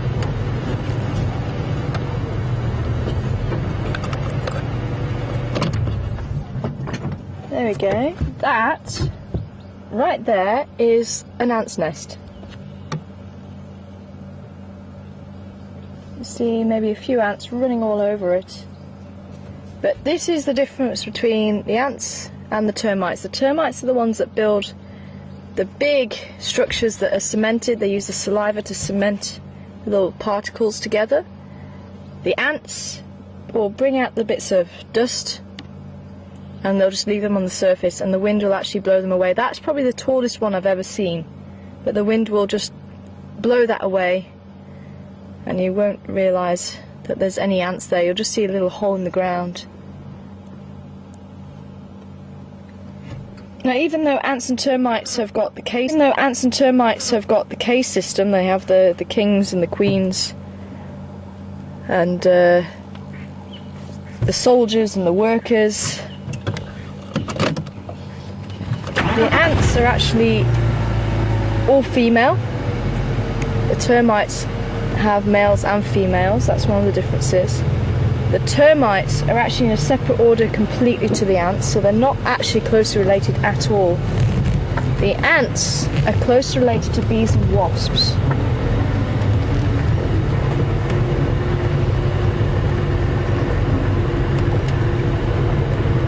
So they are actually very different. Ants, you tend to get the typical three sections, so you get the head, the body and the abdomen. The body is often called the thorax. So you have the three parts, whereas the termites, the thorax and the abdomen tend to get fused, and they tend to be white, and that's where they get the nickname from, the white ant. But as I say, they're not actually an ant at all. And then they've got a dark head. It looks like they have the two body sections, but so technically it is three, it's just that two are fused together. And termites tend to be herbivores. They tend to eat either vegetation or liquid that fungus produces, like the common and the large fungus growing termites. I see evidence of those. I'll stop and show you. Oh, look at this rubbing post.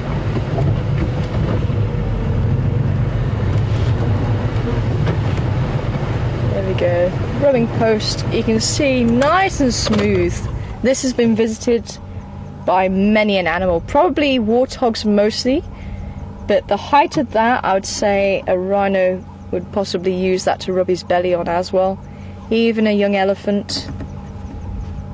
But that has been visited by many an animal. You can see it's really nicely worn down.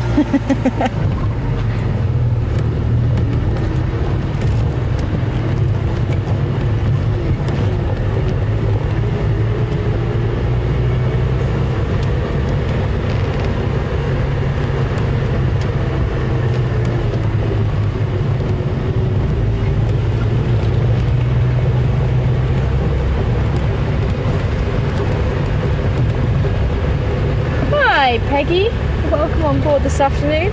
Peggy would like to know, when the breeding herds do come round, is it the Duggar boys that breed with them? And it's not, Peggy. The Duggar boys are unfortunately past all of that. So it will be the bulls that stay with the herd, that are in their prime, and will fight amongst themselves for access to the females.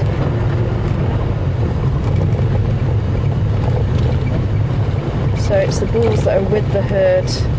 Sometimes those bulls will split off and form a small bachelor group for a short while, but generally they stay with the herd.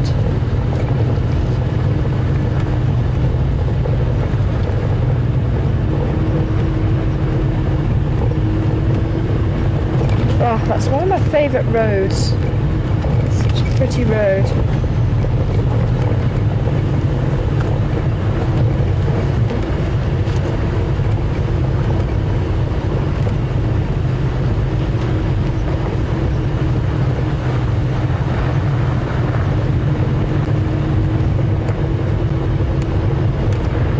Hi, Bill, in the USA. Welcome on board this afternoon, Bill. I hope you're well and enjoying the safari. Bill would like to know, do the cats hunt at night because of the hot weather during the day?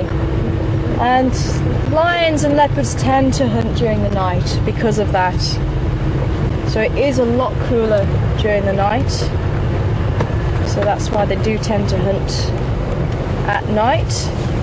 But they are also opportunistic. So if something comes their way and they're snoozing, and they just have to pick up the scent or the sound and they're hungry, they'll take the opportunity. And if they are hungry, if they haven't eaten for quite a while, they will go out and about and hunt even in the heat of the day. I've actually got camera trap pictures in the area that I'm researching. I'm doing my research on leopards, which was actually inspired by following Karula and her family here. But I'm using camera traps because I don't get a chance to see the leopards as often as you do in the Sabi Sands. And we've actually had pictures of the female leopards out and about at 42 degrees in the heat of the day, 12:30 in the afternoon. And I'm pretty sure it's because she was trying to hunt for her cubs. She was making sure her cubs had enough to feed themselves with. So I think it also depends on their situation, the food availability, and as I say, how hungry they are. The more hungry they are, the more they're going to be moving around, even in the heat of the day, looking for food. But leopards here in the sands seems plenty of opportunity to hunt. So you do tend to get that typical behaviour of them.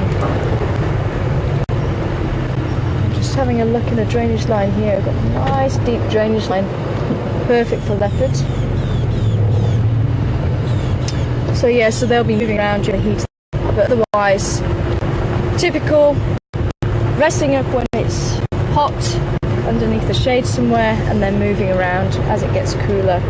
In the winter time, you do tend to get them moving around quite a bit more, as it is a lot cooler first thing in the morning, late in the afternoon, but fairly pleasant temperatures to warm, even sometimes very hot in the winter. Females moving their cubs, they seem to move cubs during the day, again I think to keep out the way of spotted hyenas and lions who are more active at night. But then you have the cheetah, which is a diurnal hunter, so they're more active during the day and they'll hunt during the day, but again they'll tend to hunt more morning and afternoon.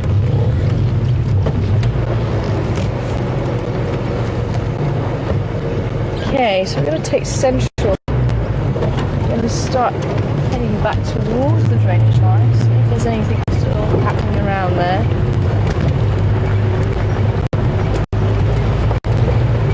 And for those of you who have not seen a termite mound, there we go.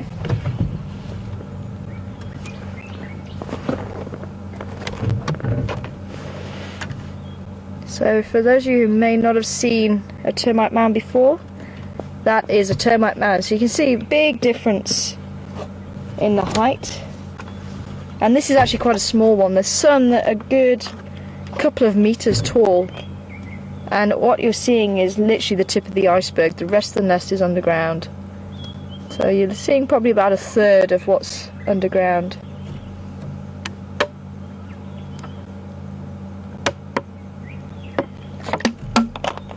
Julia, welcome on board, Julia.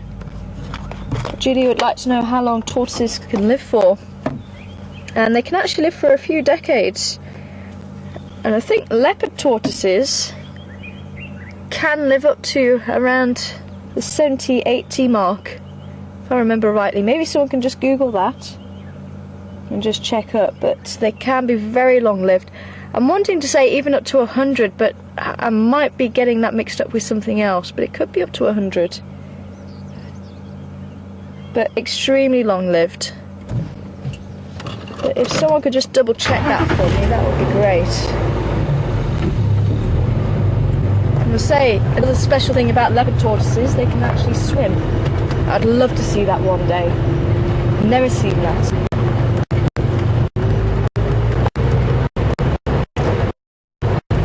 So we're back on Central if anybody's following on the map. And we're heading back towards Gary.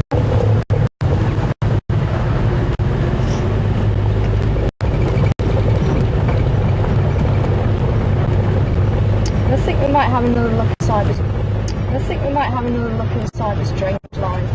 So it may be that if there is something in there they've moved. Something is still telling me there's something in there, but so those monkeys being silent, making me think twice again.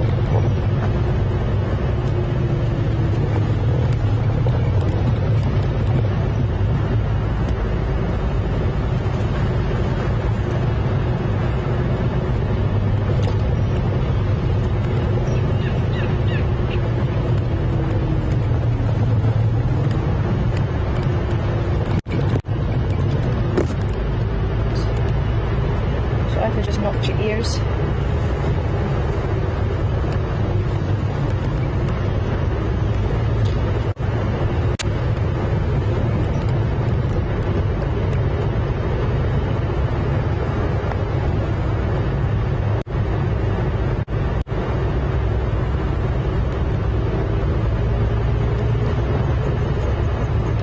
As I say, it could just be that the cat was lying flat underneath those bushes, and maybe that's why the monkeys couldn't see it.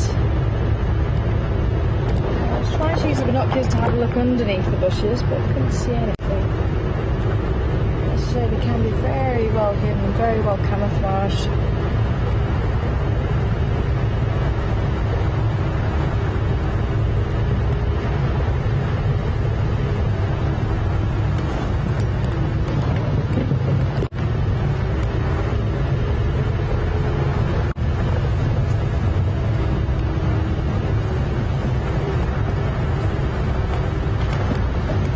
Lucy from Cunningham. Welcome on board, Lucy. And Lucy would like to know if the termites have a queen like the ants do, and yes they do. Oh, okay, we have a new game now, a new quiz. Who sung it? The viewers this morning came up with it, so we have who dung it for the tracks and signs, but we have who sung it for the bird calls. It's sitting just in the top of the tree, so we can show them the bird as well, because that might help them. But who is calling? Which tree? Yeah, the one that's on the middle of the screen now, right at the top. It was there.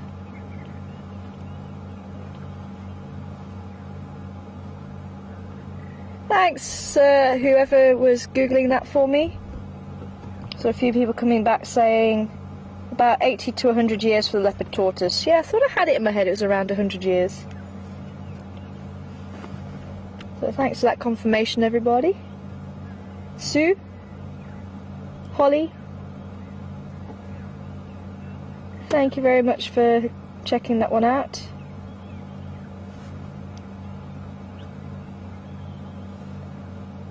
Can't see the bird. I think they might have flown off. So if you guys did manage to hear it, it was a high-pitched squawking sound. So who sung it? Questions at WildEarthTV in the subject line, what bird? Or hashtag Safari Live, see who comes back with the correct answer. I think they might have just flown off as we were trying to zoom in. So yeah. You guys have got up. There it is again. Playing with us.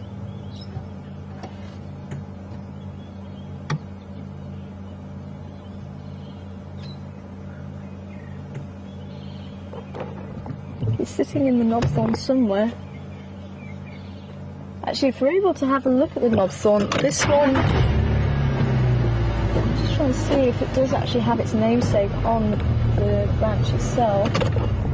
But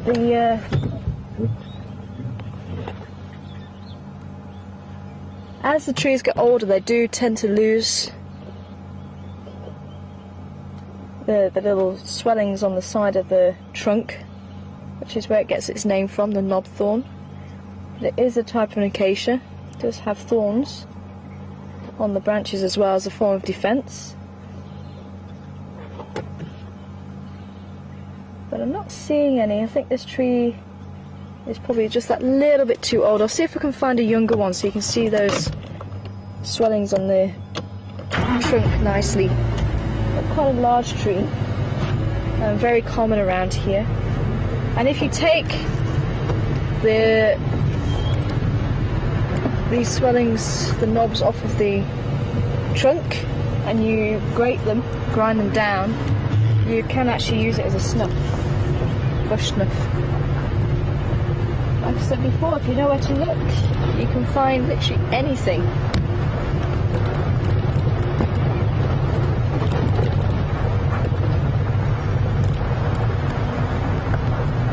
Raisa and RC, welcome on board to you this afternoon, and getting the brown-headed parrot for us on the Who Sung It.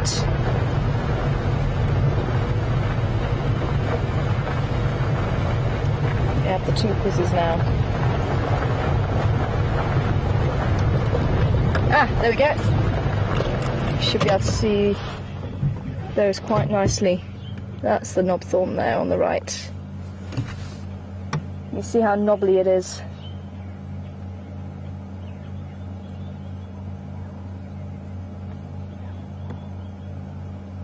Quite a distinctive tree. Even if you don't see the leaves, you can just look at the bark and the trunk. And that's one of the ways we do actually ID the trees. We look at the bark and the trunk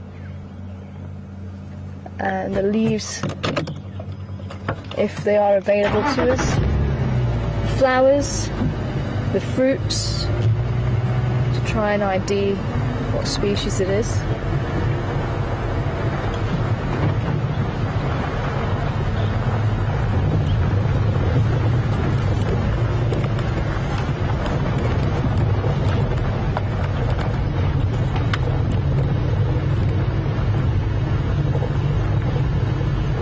So the brown-headed parrot, it's nice to see that they're still around.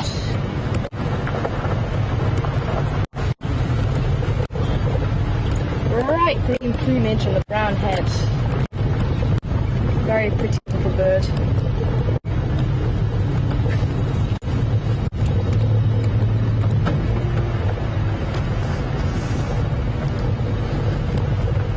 we're going through giraffe dip, and again we've actually had cats in here quite a lot before.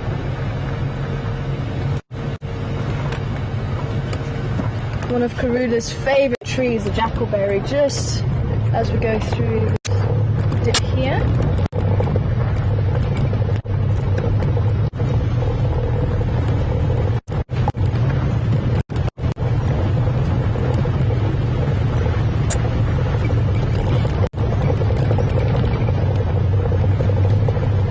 Let's just go and have a quick check here, never known, and then we'll go back through to the drainage line.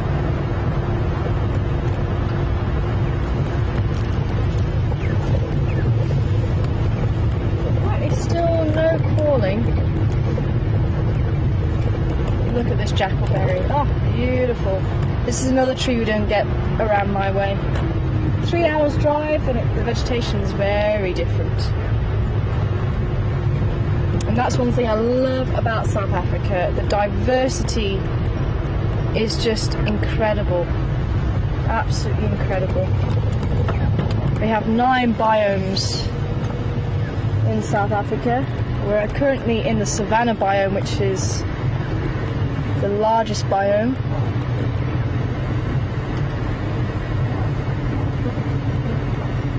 It covers about 1/3 of South Africa. Any cats sitting up there this afternoon? Nope. But how's that? The throne of the Queen of Djuma. That is definitely one of her favourite trees, and it's easy to see why. Jackalberry gets its name from the jackals actually eating the berries. And jackals will supplement their diet with berries, so they're not just completely carnivorous.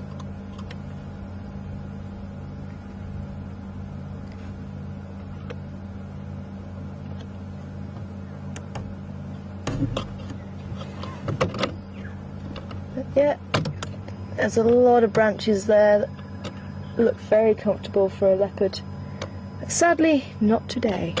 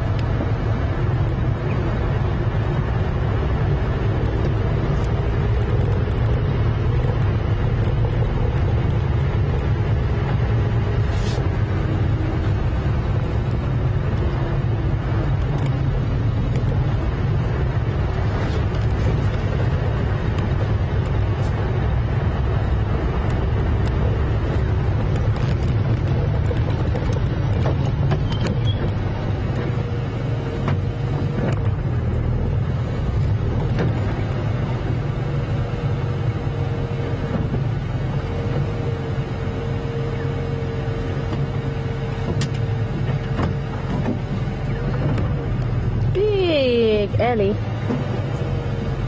Very big Ellie.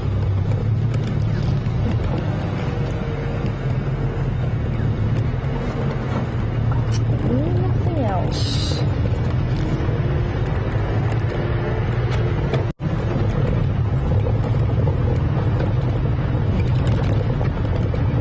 I've got to get to the bottom of this. This is going to irritate me if I don't find out what the story is down this way.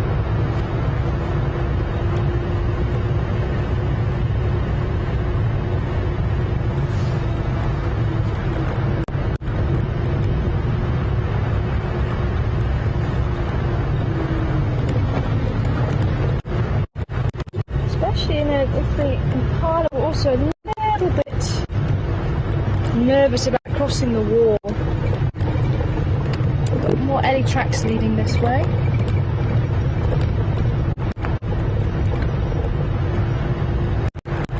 We might have to go in that side and then see if we can't get in from this side.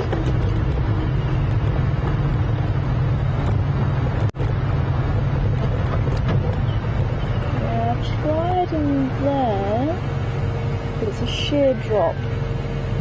Monkey, directly opposite us again. Let's see what Monkey's doing. Come on, monkeys. Did you pick up anything?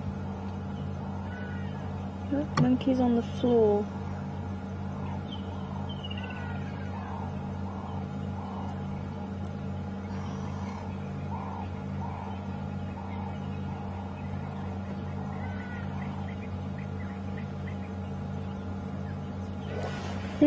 Well, monkeys must have come along this way, and if there's no alarm calls heard, you should be able to hear the alarm calls from the waterhole camera from there. So if they didn't see anything there, maybe it is just coincidence.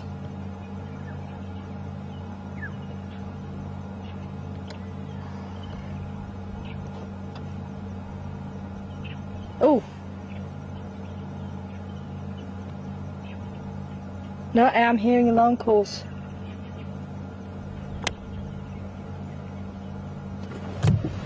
I'm hearing them, but it's over that side.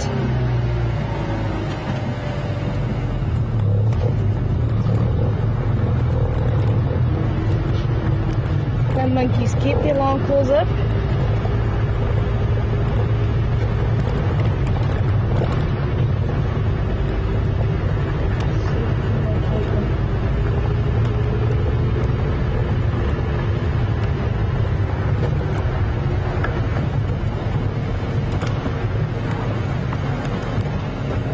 Hear them. I'll stop and switch off once we're on the wall again.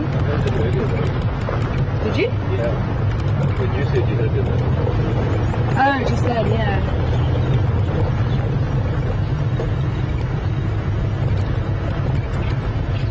Yeah, straight ahead.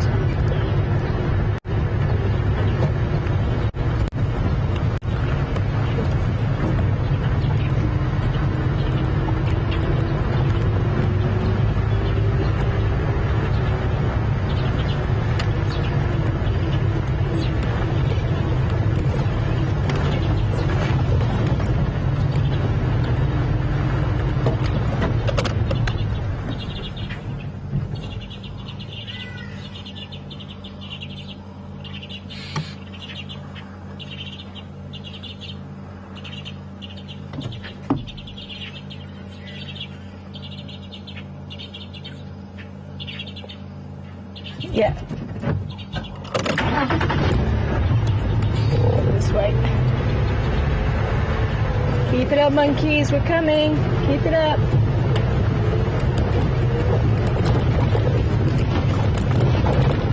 Hold on, everyone. It's going to be a bumpy ride.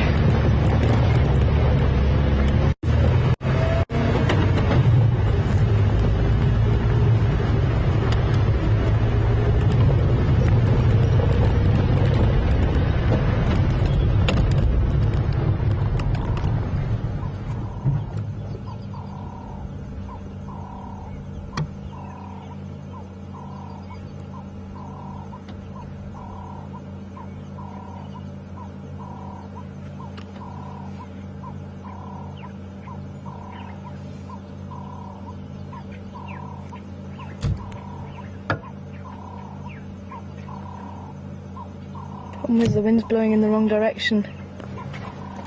If we can just locate the monkeys, that'll help us.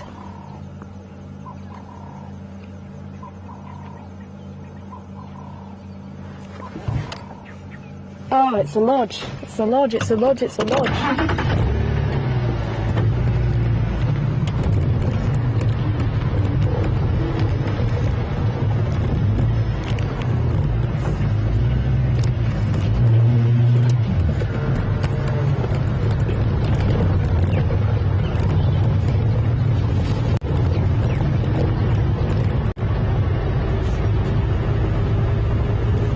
Was the Egyptian goose calling just then as well. But I think I might be needing to go into the drainage line.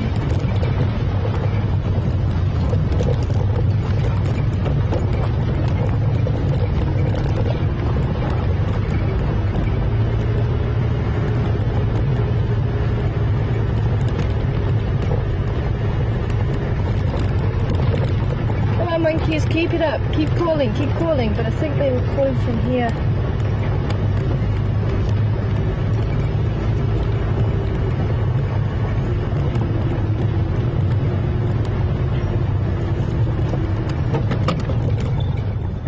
Just give me a second.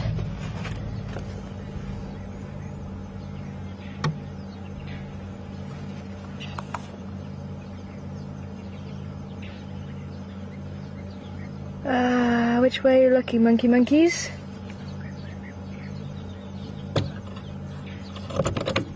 It sounds further this way, but it could be looking towards the drainage line. But I think they're this side. I think we might need to just turn the camera that way for now. There they are, there they are, there they are. Okay, monkeys. Where are you looking?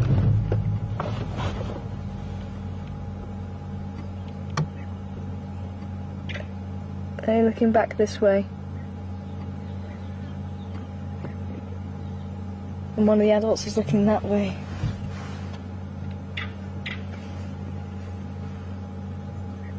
No. Drainage line. He's looking to the drainage line when he's calling.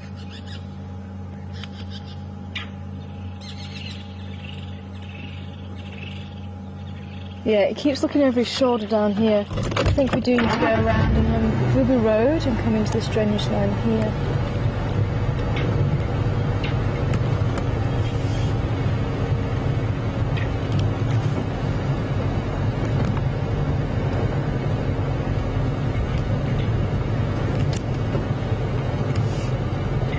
Yeah, there's the goose. Goose was also calling as well.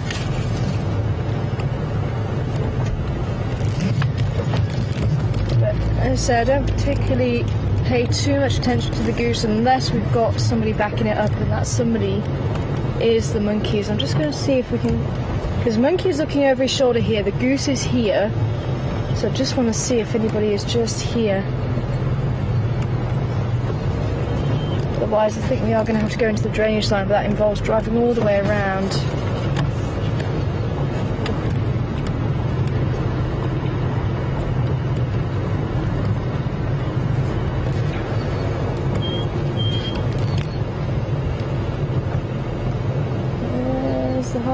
ibis. It is a youngster though. And there was a heron sitting here. I'm just going to see. No, he is still calling.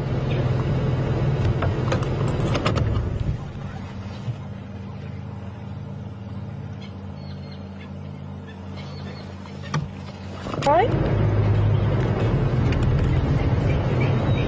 So the drainage line would make sense.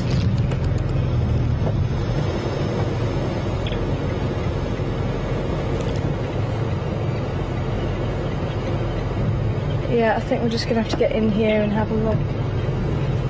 So he's still looking this way.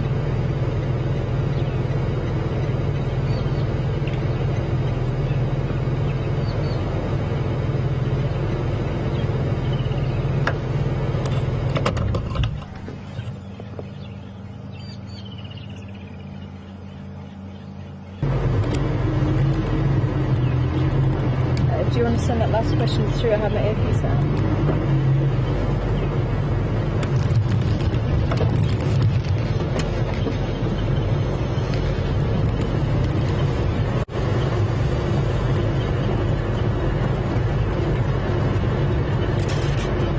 Hi, Bill in New Jersey. So I just took my earpiece out just so I could locate where the monkeys are. But welcome to everybody on SS who watch every day. It's great to have you all on board with us, and I hope you enjoy the excitement.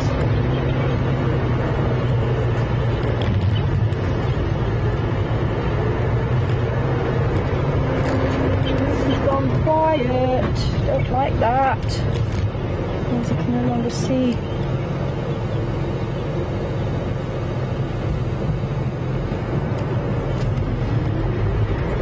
Oh, apparently people can see the leopard.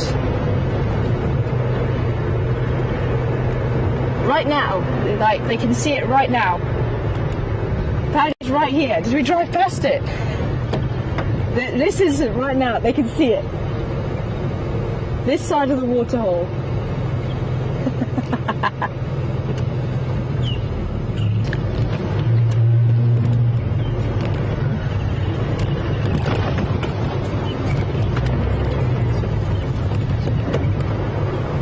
Okay, so opposite the camera.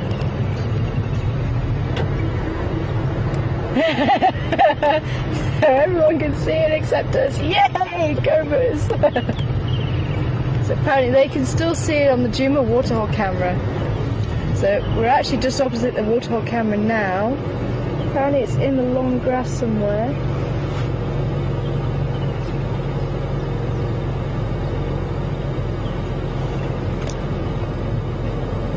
Okay, so it is. Yeah, so it is. So monkey is right. It's down there by the fence.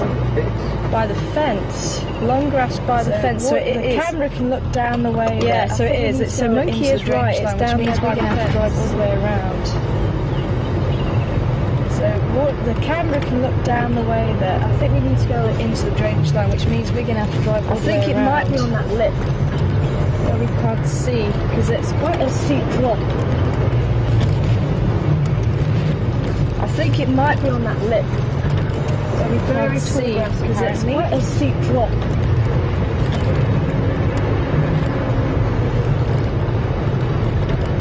Very tall grass apparently.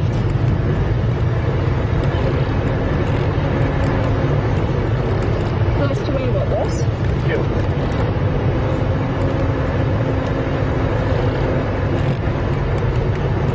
Do you know where it's close to where that was?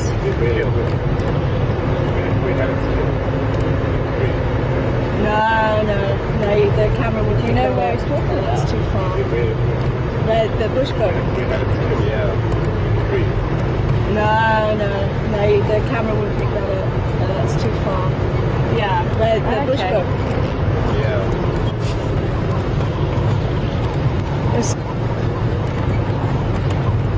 Yeah, okay. Tree down by the large camera side. So yeah, I think we still have to go around. Yeah, there's the fence line, you see. Tree so I down think by it's the down large there. camera side. So yeah, I think we still have to go around. Yeah, there's the fence line, you see. So I think it's down there. Hold on to that thought, people. So yeah, I think it is supposed to be down that side, right back next to the fence. Hold on to that thought, people. So yeah, I think it is supposed to be down that side, right back next to the fence.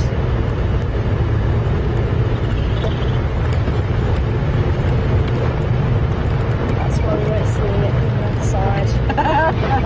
So everyone's shouting directions. I can't hear you. So everyone's shouting directions. I can't hear you. I know roughly whereabouts it is. So the monkey was right looking now, over his shoulder down into that drainage line. So the monkey was looking over his shoulder down into that drainage line. So so we're gonna make our way down towards the dam and get in there because the water has receded. So we used to take this trail quite a lot. So hopefully if I can get down onto this side, we can maybe go and have a look for this leopard a bit closer. Okay. Towards the lodge, towards the fence, close to where the tree is. Just lying down here somewhere in the tall grass.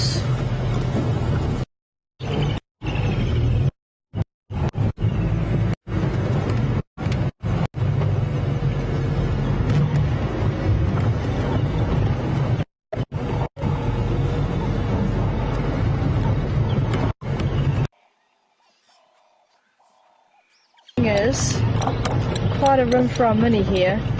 So I think, from what I understand, I think we're in the right place. It's in this long grass here somewhere.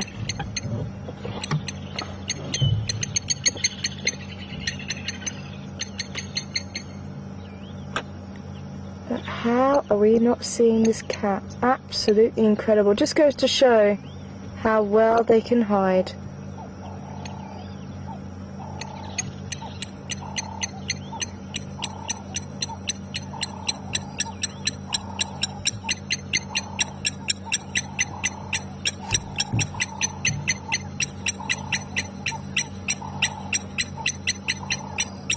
So where are we looking now? So between... Oh, so we're actually on the right side.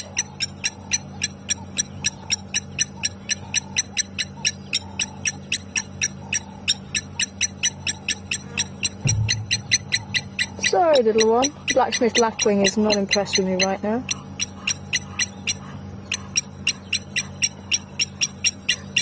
So it might be worth us going back to the other side then. Now that I roughly know where. Because with the fence line... Oh, hello. With the fence line, it's actually behind us. But we're actually closer to the camera than what we are to the lodge. Alright, lapwing, I'm going to move. Sorry, lapwing. Okay, so we're going to go back around, but it's amazing. We're not seeing it from this side at all. But now that I know it's there, it's that side. From the descriptions, it sounded like it was actually behind us here. Let's say the monkey was looking over his shoulder this way. But absolutely incredible. We're not seeing this cat from this side at all. But it just goes to show how well they can be camouflaged. It really is incredible. Try and see if we can locate so we can maybe see where we are in relation to where the cat is. That might actually be useful. But don't do it yet. Keep your eye on that cat. But I'm absolutely amazed we're not seeing it at all.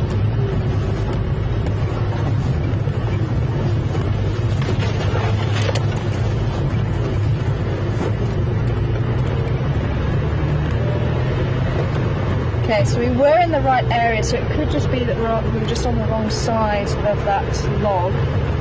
But as I say, absolutely amazing. Absolutely amazing.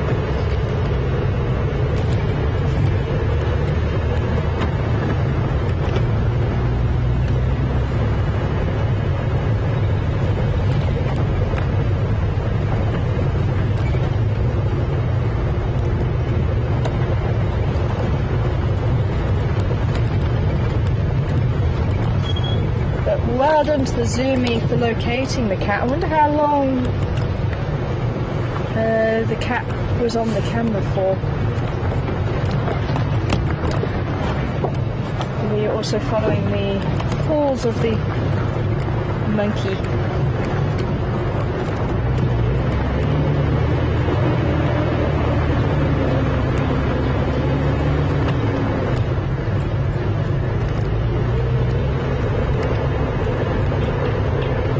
Monkey can still see it, but so it just goes to show the distance definitely is something.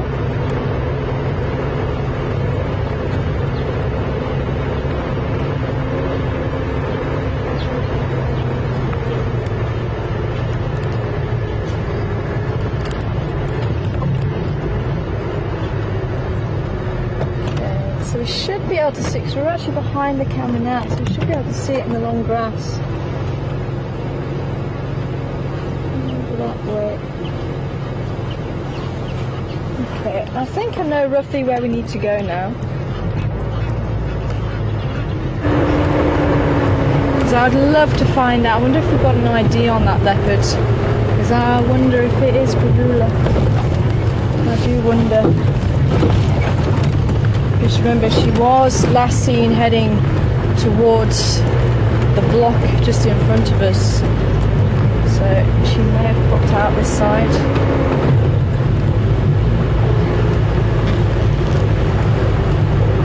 Oh, I'd love to catch up with that cat.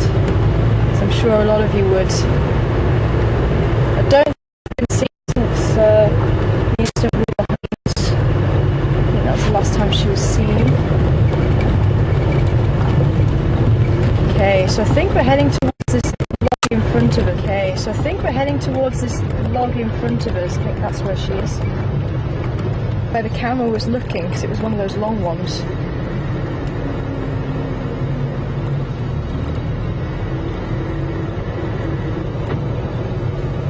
Okay, so somewhere here. I think I see it. Nope, I don't. I see a white stone. I think we're in the right area. Sure, we were so close. So if the camera can see it, it's possibly a little bit further down. Somewhere in here.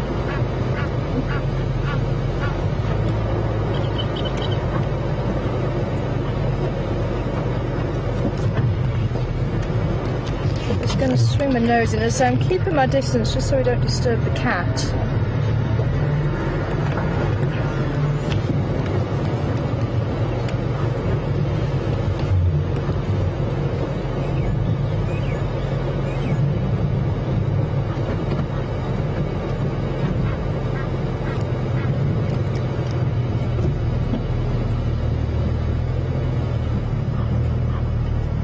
Okay, so just the right of that.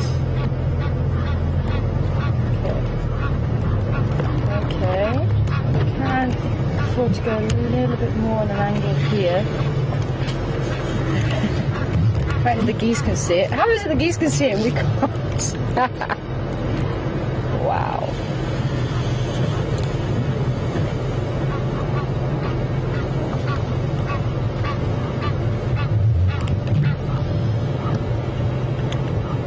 Okay, we're roughly about level with the camera.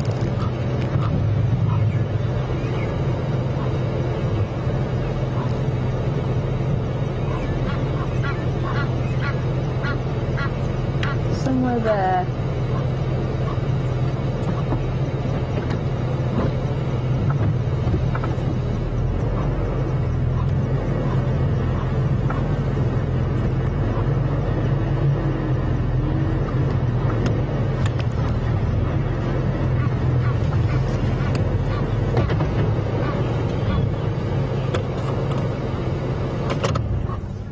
Oh wow. Oh, so we're looking that side, but it's supposed to be this side.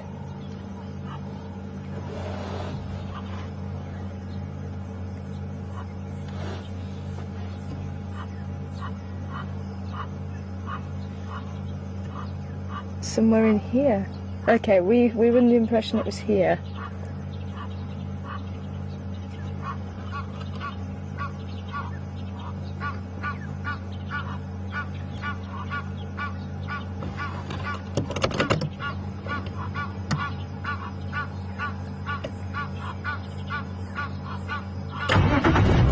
Okay, so it's actually in this lot, not that lot. Okay.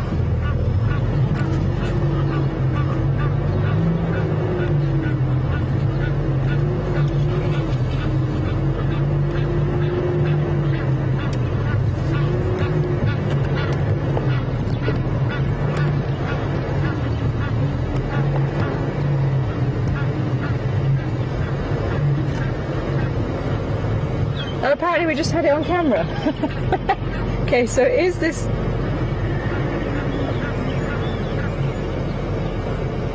How crazy is this? Is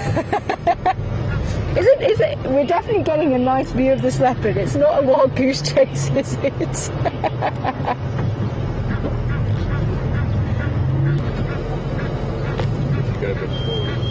See, I'm trying not to be right on top of the cat.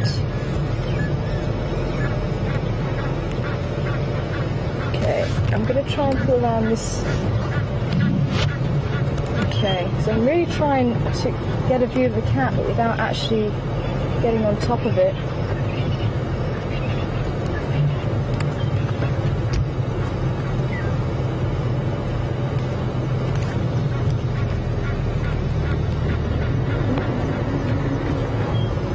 Somewhere in there, I think.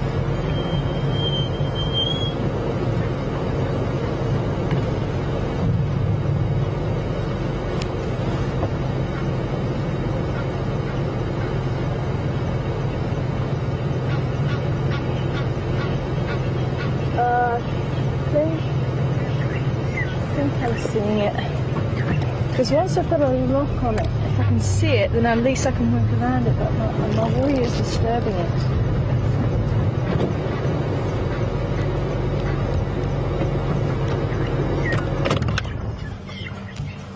Just want to make sure.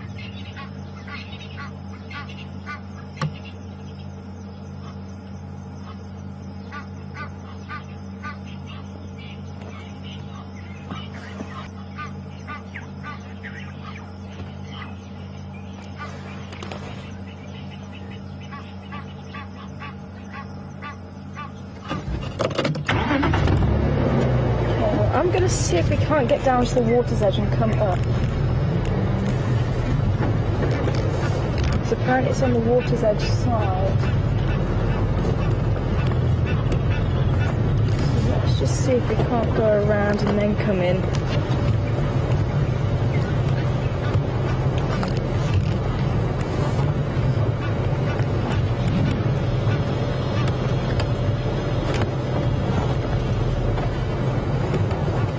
Ah, so it was this log, I think, that they were saying about the terrapin sitting on, because I was thinking it was the log at the back. So it's actually right next to the camera by the looks of it. So somewhere in here, that's where the cat is.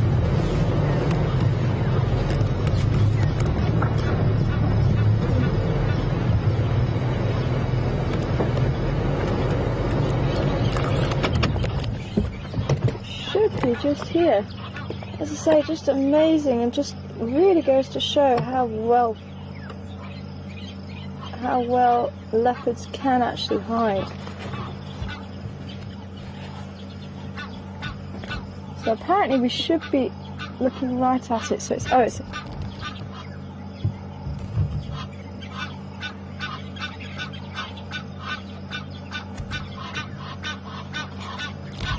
see. The geese, I'm sure the geese can see it as well.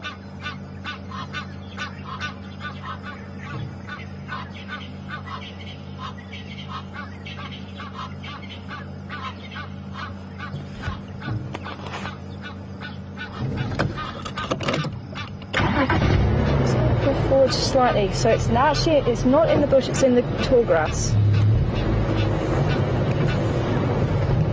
Is that it there?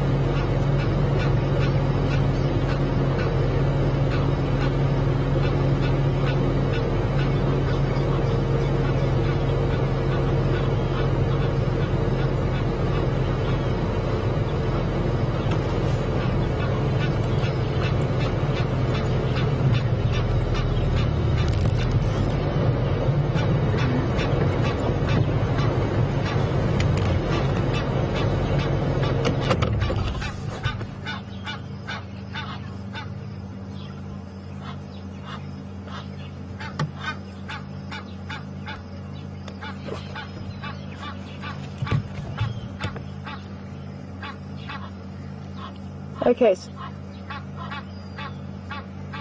if it's possible for the zoomie to zoom out again, because I say we kind of getting conflicting stories as to where this leopard actually is, because it sounded like it was in this vegetation to our left, but from what I understand now, it's somewhere in.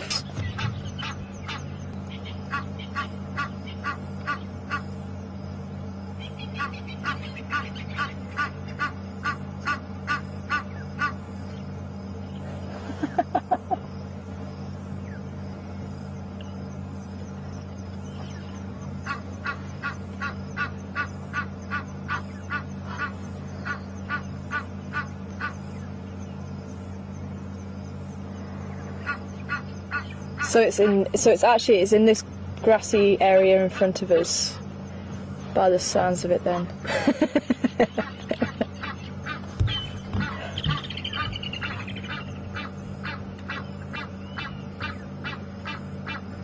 Can't. See, I'm seeing so many spots now. Yeah, I'm just going to pull forward a little bit.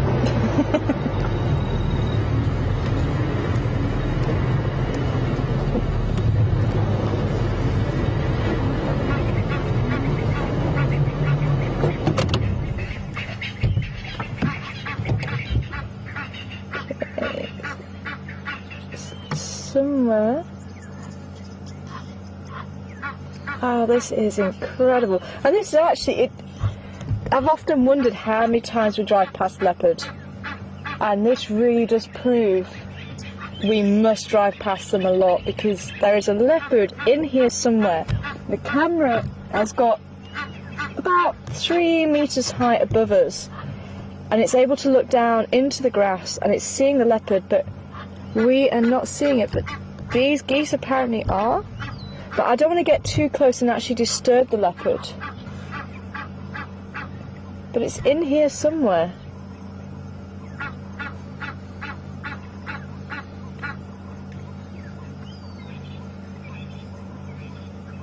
And it would actually be really nice if the leopard would be so kind as to stand up and take a bow at how well it has hidden.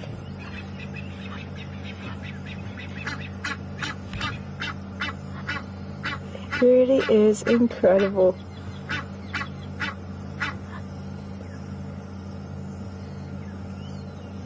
Wow, wow, wow, wow.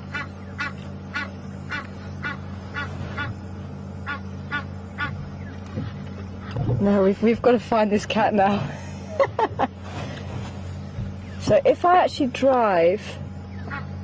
Hello, hippo. So if I actually drive up the bank, he's keeping his beady eye on us. If I actually drive up the bank, I'm just hoping I'm not going to disturb it. But it apparently it's just in this clump here, but I'm hoping if I can get a bit of height again, now that I know pretty much where it is. Somewhere here. Hello, hippo. I'm going to move so you're not feeling too bothered.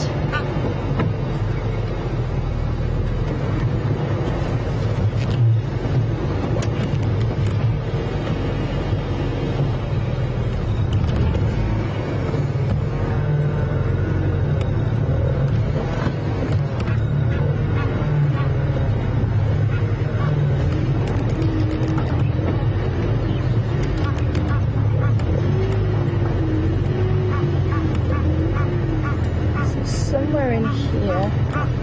As I said, I don't want to disturb it.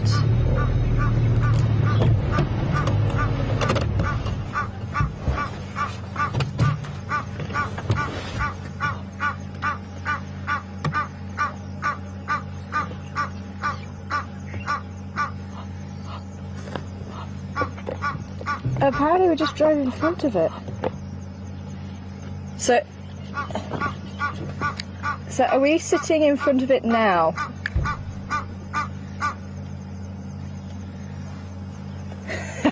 This is going to be so funny if it turns out not to be a leopard.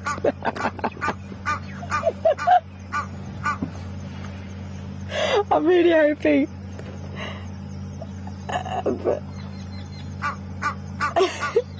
But it can't be, because we've got the geese adamant this week there. We've had the monkeys calling out. Well, it's got to be the leopard. I can't believe we're not seeing. Oh, this is amazing.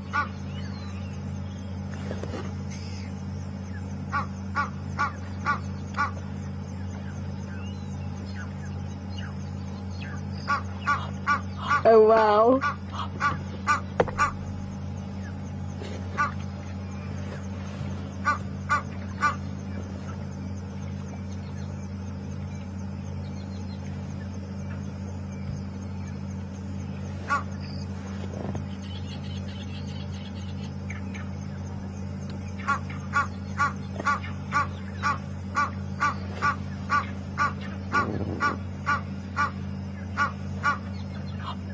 Apparently we're on it, but I'm still not seeing it. I think it's the bottom of your screen now, to the just the right screen, right bottom right. Yeah, I think that's where it's saying. No, it's now the left.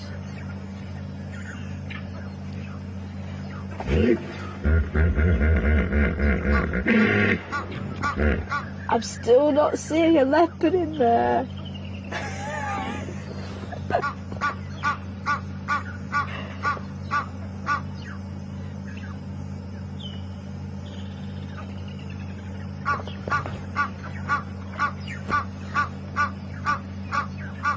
Too far, so you need to go down a little bit.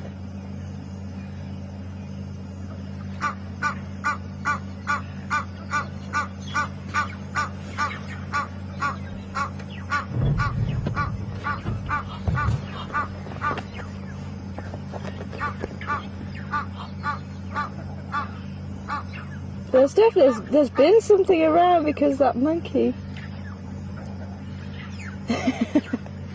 But I'm really struggling to see where this leopard is. I mean, we're supposed to be right on top of it, I'm still not seeing it.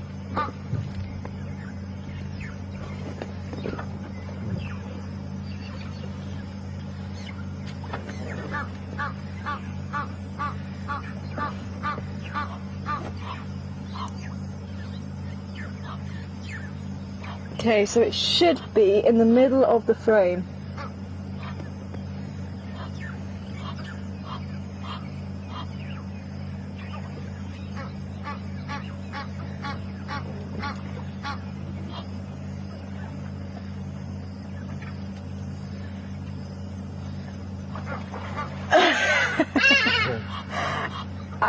I'm still not convinced it's here.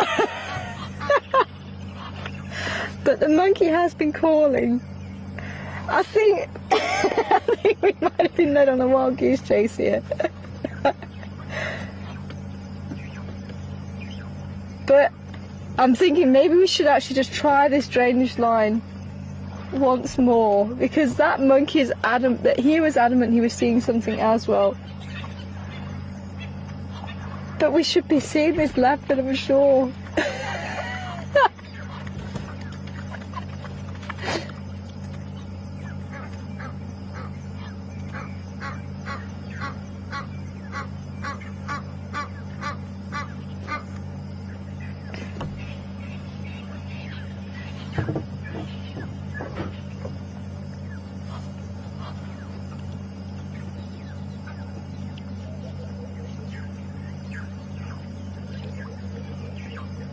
So what I'm hearing is it should be 2 meters, I think, into the long grass. And I'm just not seeing it at all. The monkey is still calling.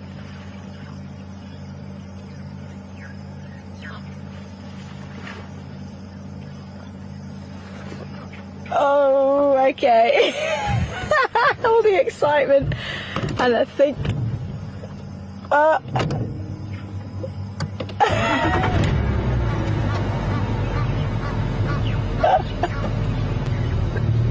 I think we've had a bit of a goose chase, but the monkey is still calling, so let me set a bit around here.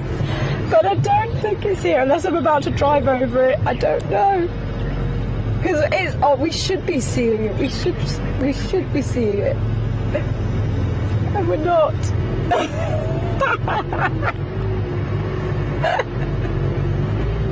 Okay, well, let's go back over the wall. Oh, brilliant. Oh, wow.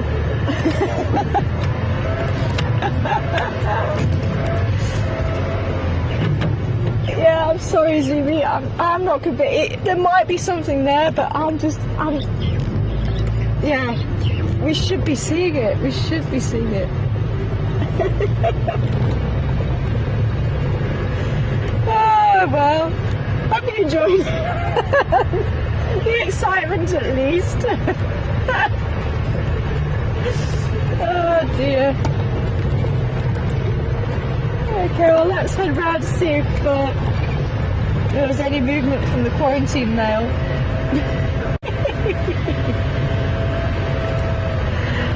Oh, but yes. That monkey, I'm still hearing call. And I think maybe the goose was calling because I was right on the edge of the water. I wasn't enjoying that.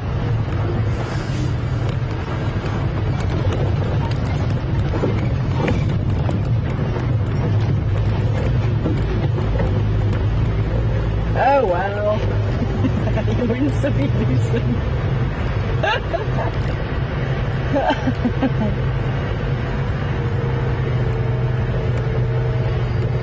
Keep an eye on it just in case there was something there. And let me know if you do. Oh well. So we're going to go onto a bigger road. We'll take that 2-track.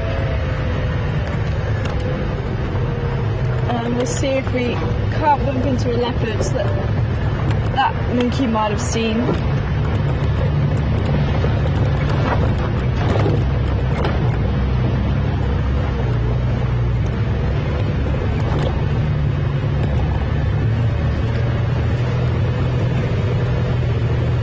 There's 1 or 2 clouds forming this afternoon.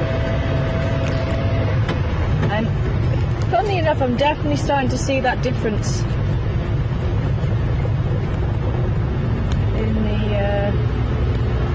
in the daylight. It is getting darker just that little bit more towards the end of drive now. Whereas even a week ago it was still light. I wasn't needing to put any headlights on. It is getting a bit dusky now. Torch.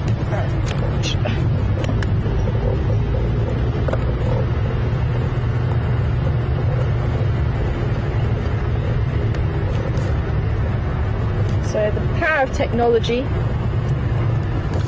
we can brighten the screen up so it looks a little bit brighter than what it actually is. So this is what I'm seeing now.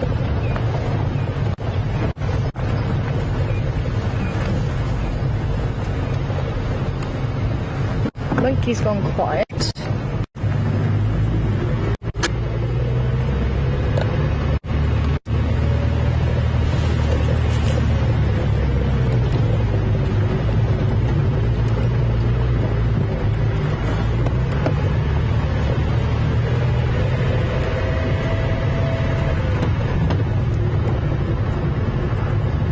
see if quarantine was around. Oh, I was getting so excited, I thought maybe it was Karuna saying hello.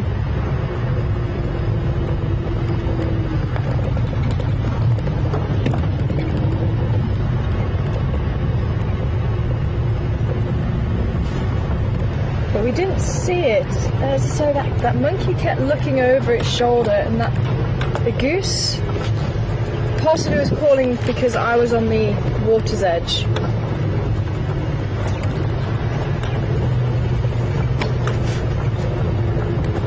But we're heading into the drainage line from the 2 tracks, so you never know, we might just catch up with the culprit. Did we get an ID on the leopard? Because apparently the leopard was seen walking. So there was definitely a leopard around, just not in that clump of grass when we were trying to get to. As I said, I didn't see it walking, but there's so many little nooks and crannies where it can hide.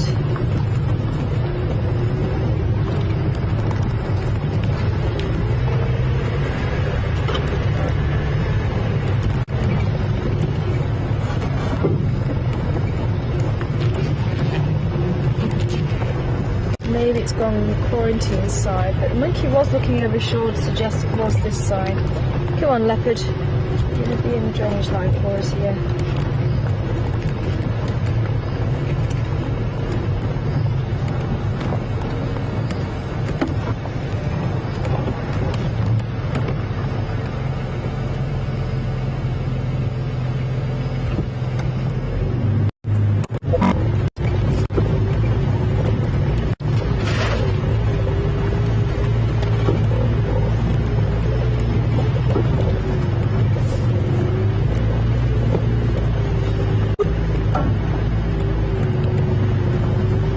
Have a look here and just see.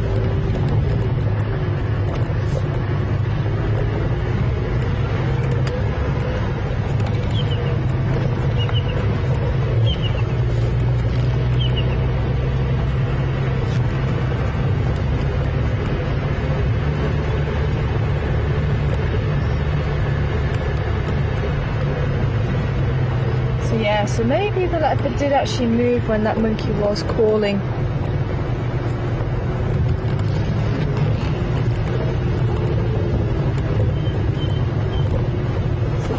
Walking this way.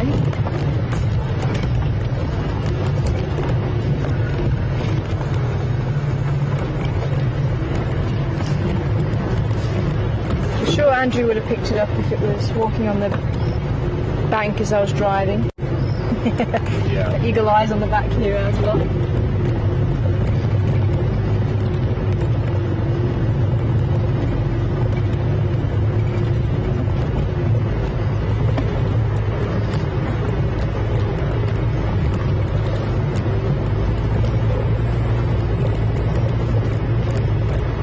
Back of the drainage line now. Just having a look around to see if we've got any movement around here.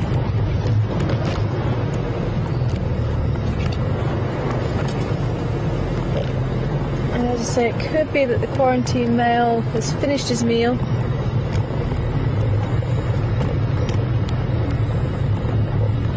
And he's gone to find another place to go and rest, away from the hyenas.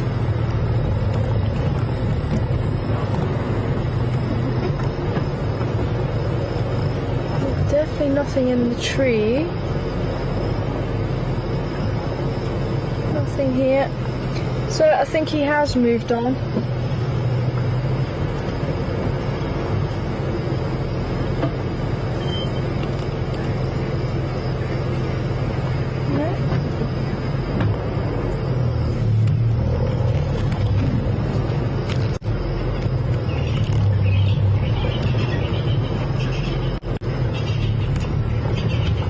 Well have been him at Gary Down.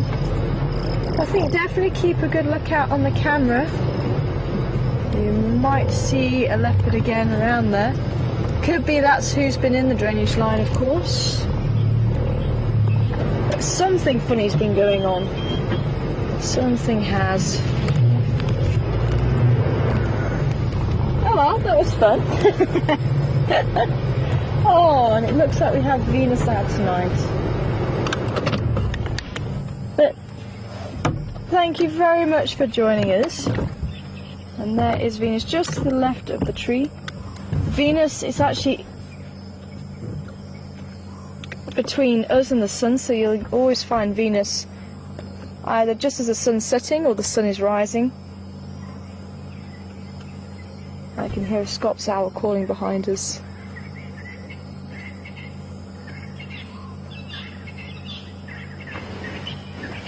Venus, her year is actually shorter than her day length by about 20 or 30 days, if I remember correctly. So it actually takes her longer to spin on our axis than it does for her to go around the sun. Quite amazing. Thank you very much, everybody. Thank you for all your questions, and thank you for almost pointing us in the right direction for our leopards. That was a lot of fun. My name's Tara, and joining me on camera has been Andrew, and Brian has been back in final control with the thumb. I hope you'll join us tomorrow morning for some more excitement here on Wild Earth. But for now, take care, and we'll see you again soon. Bye for now.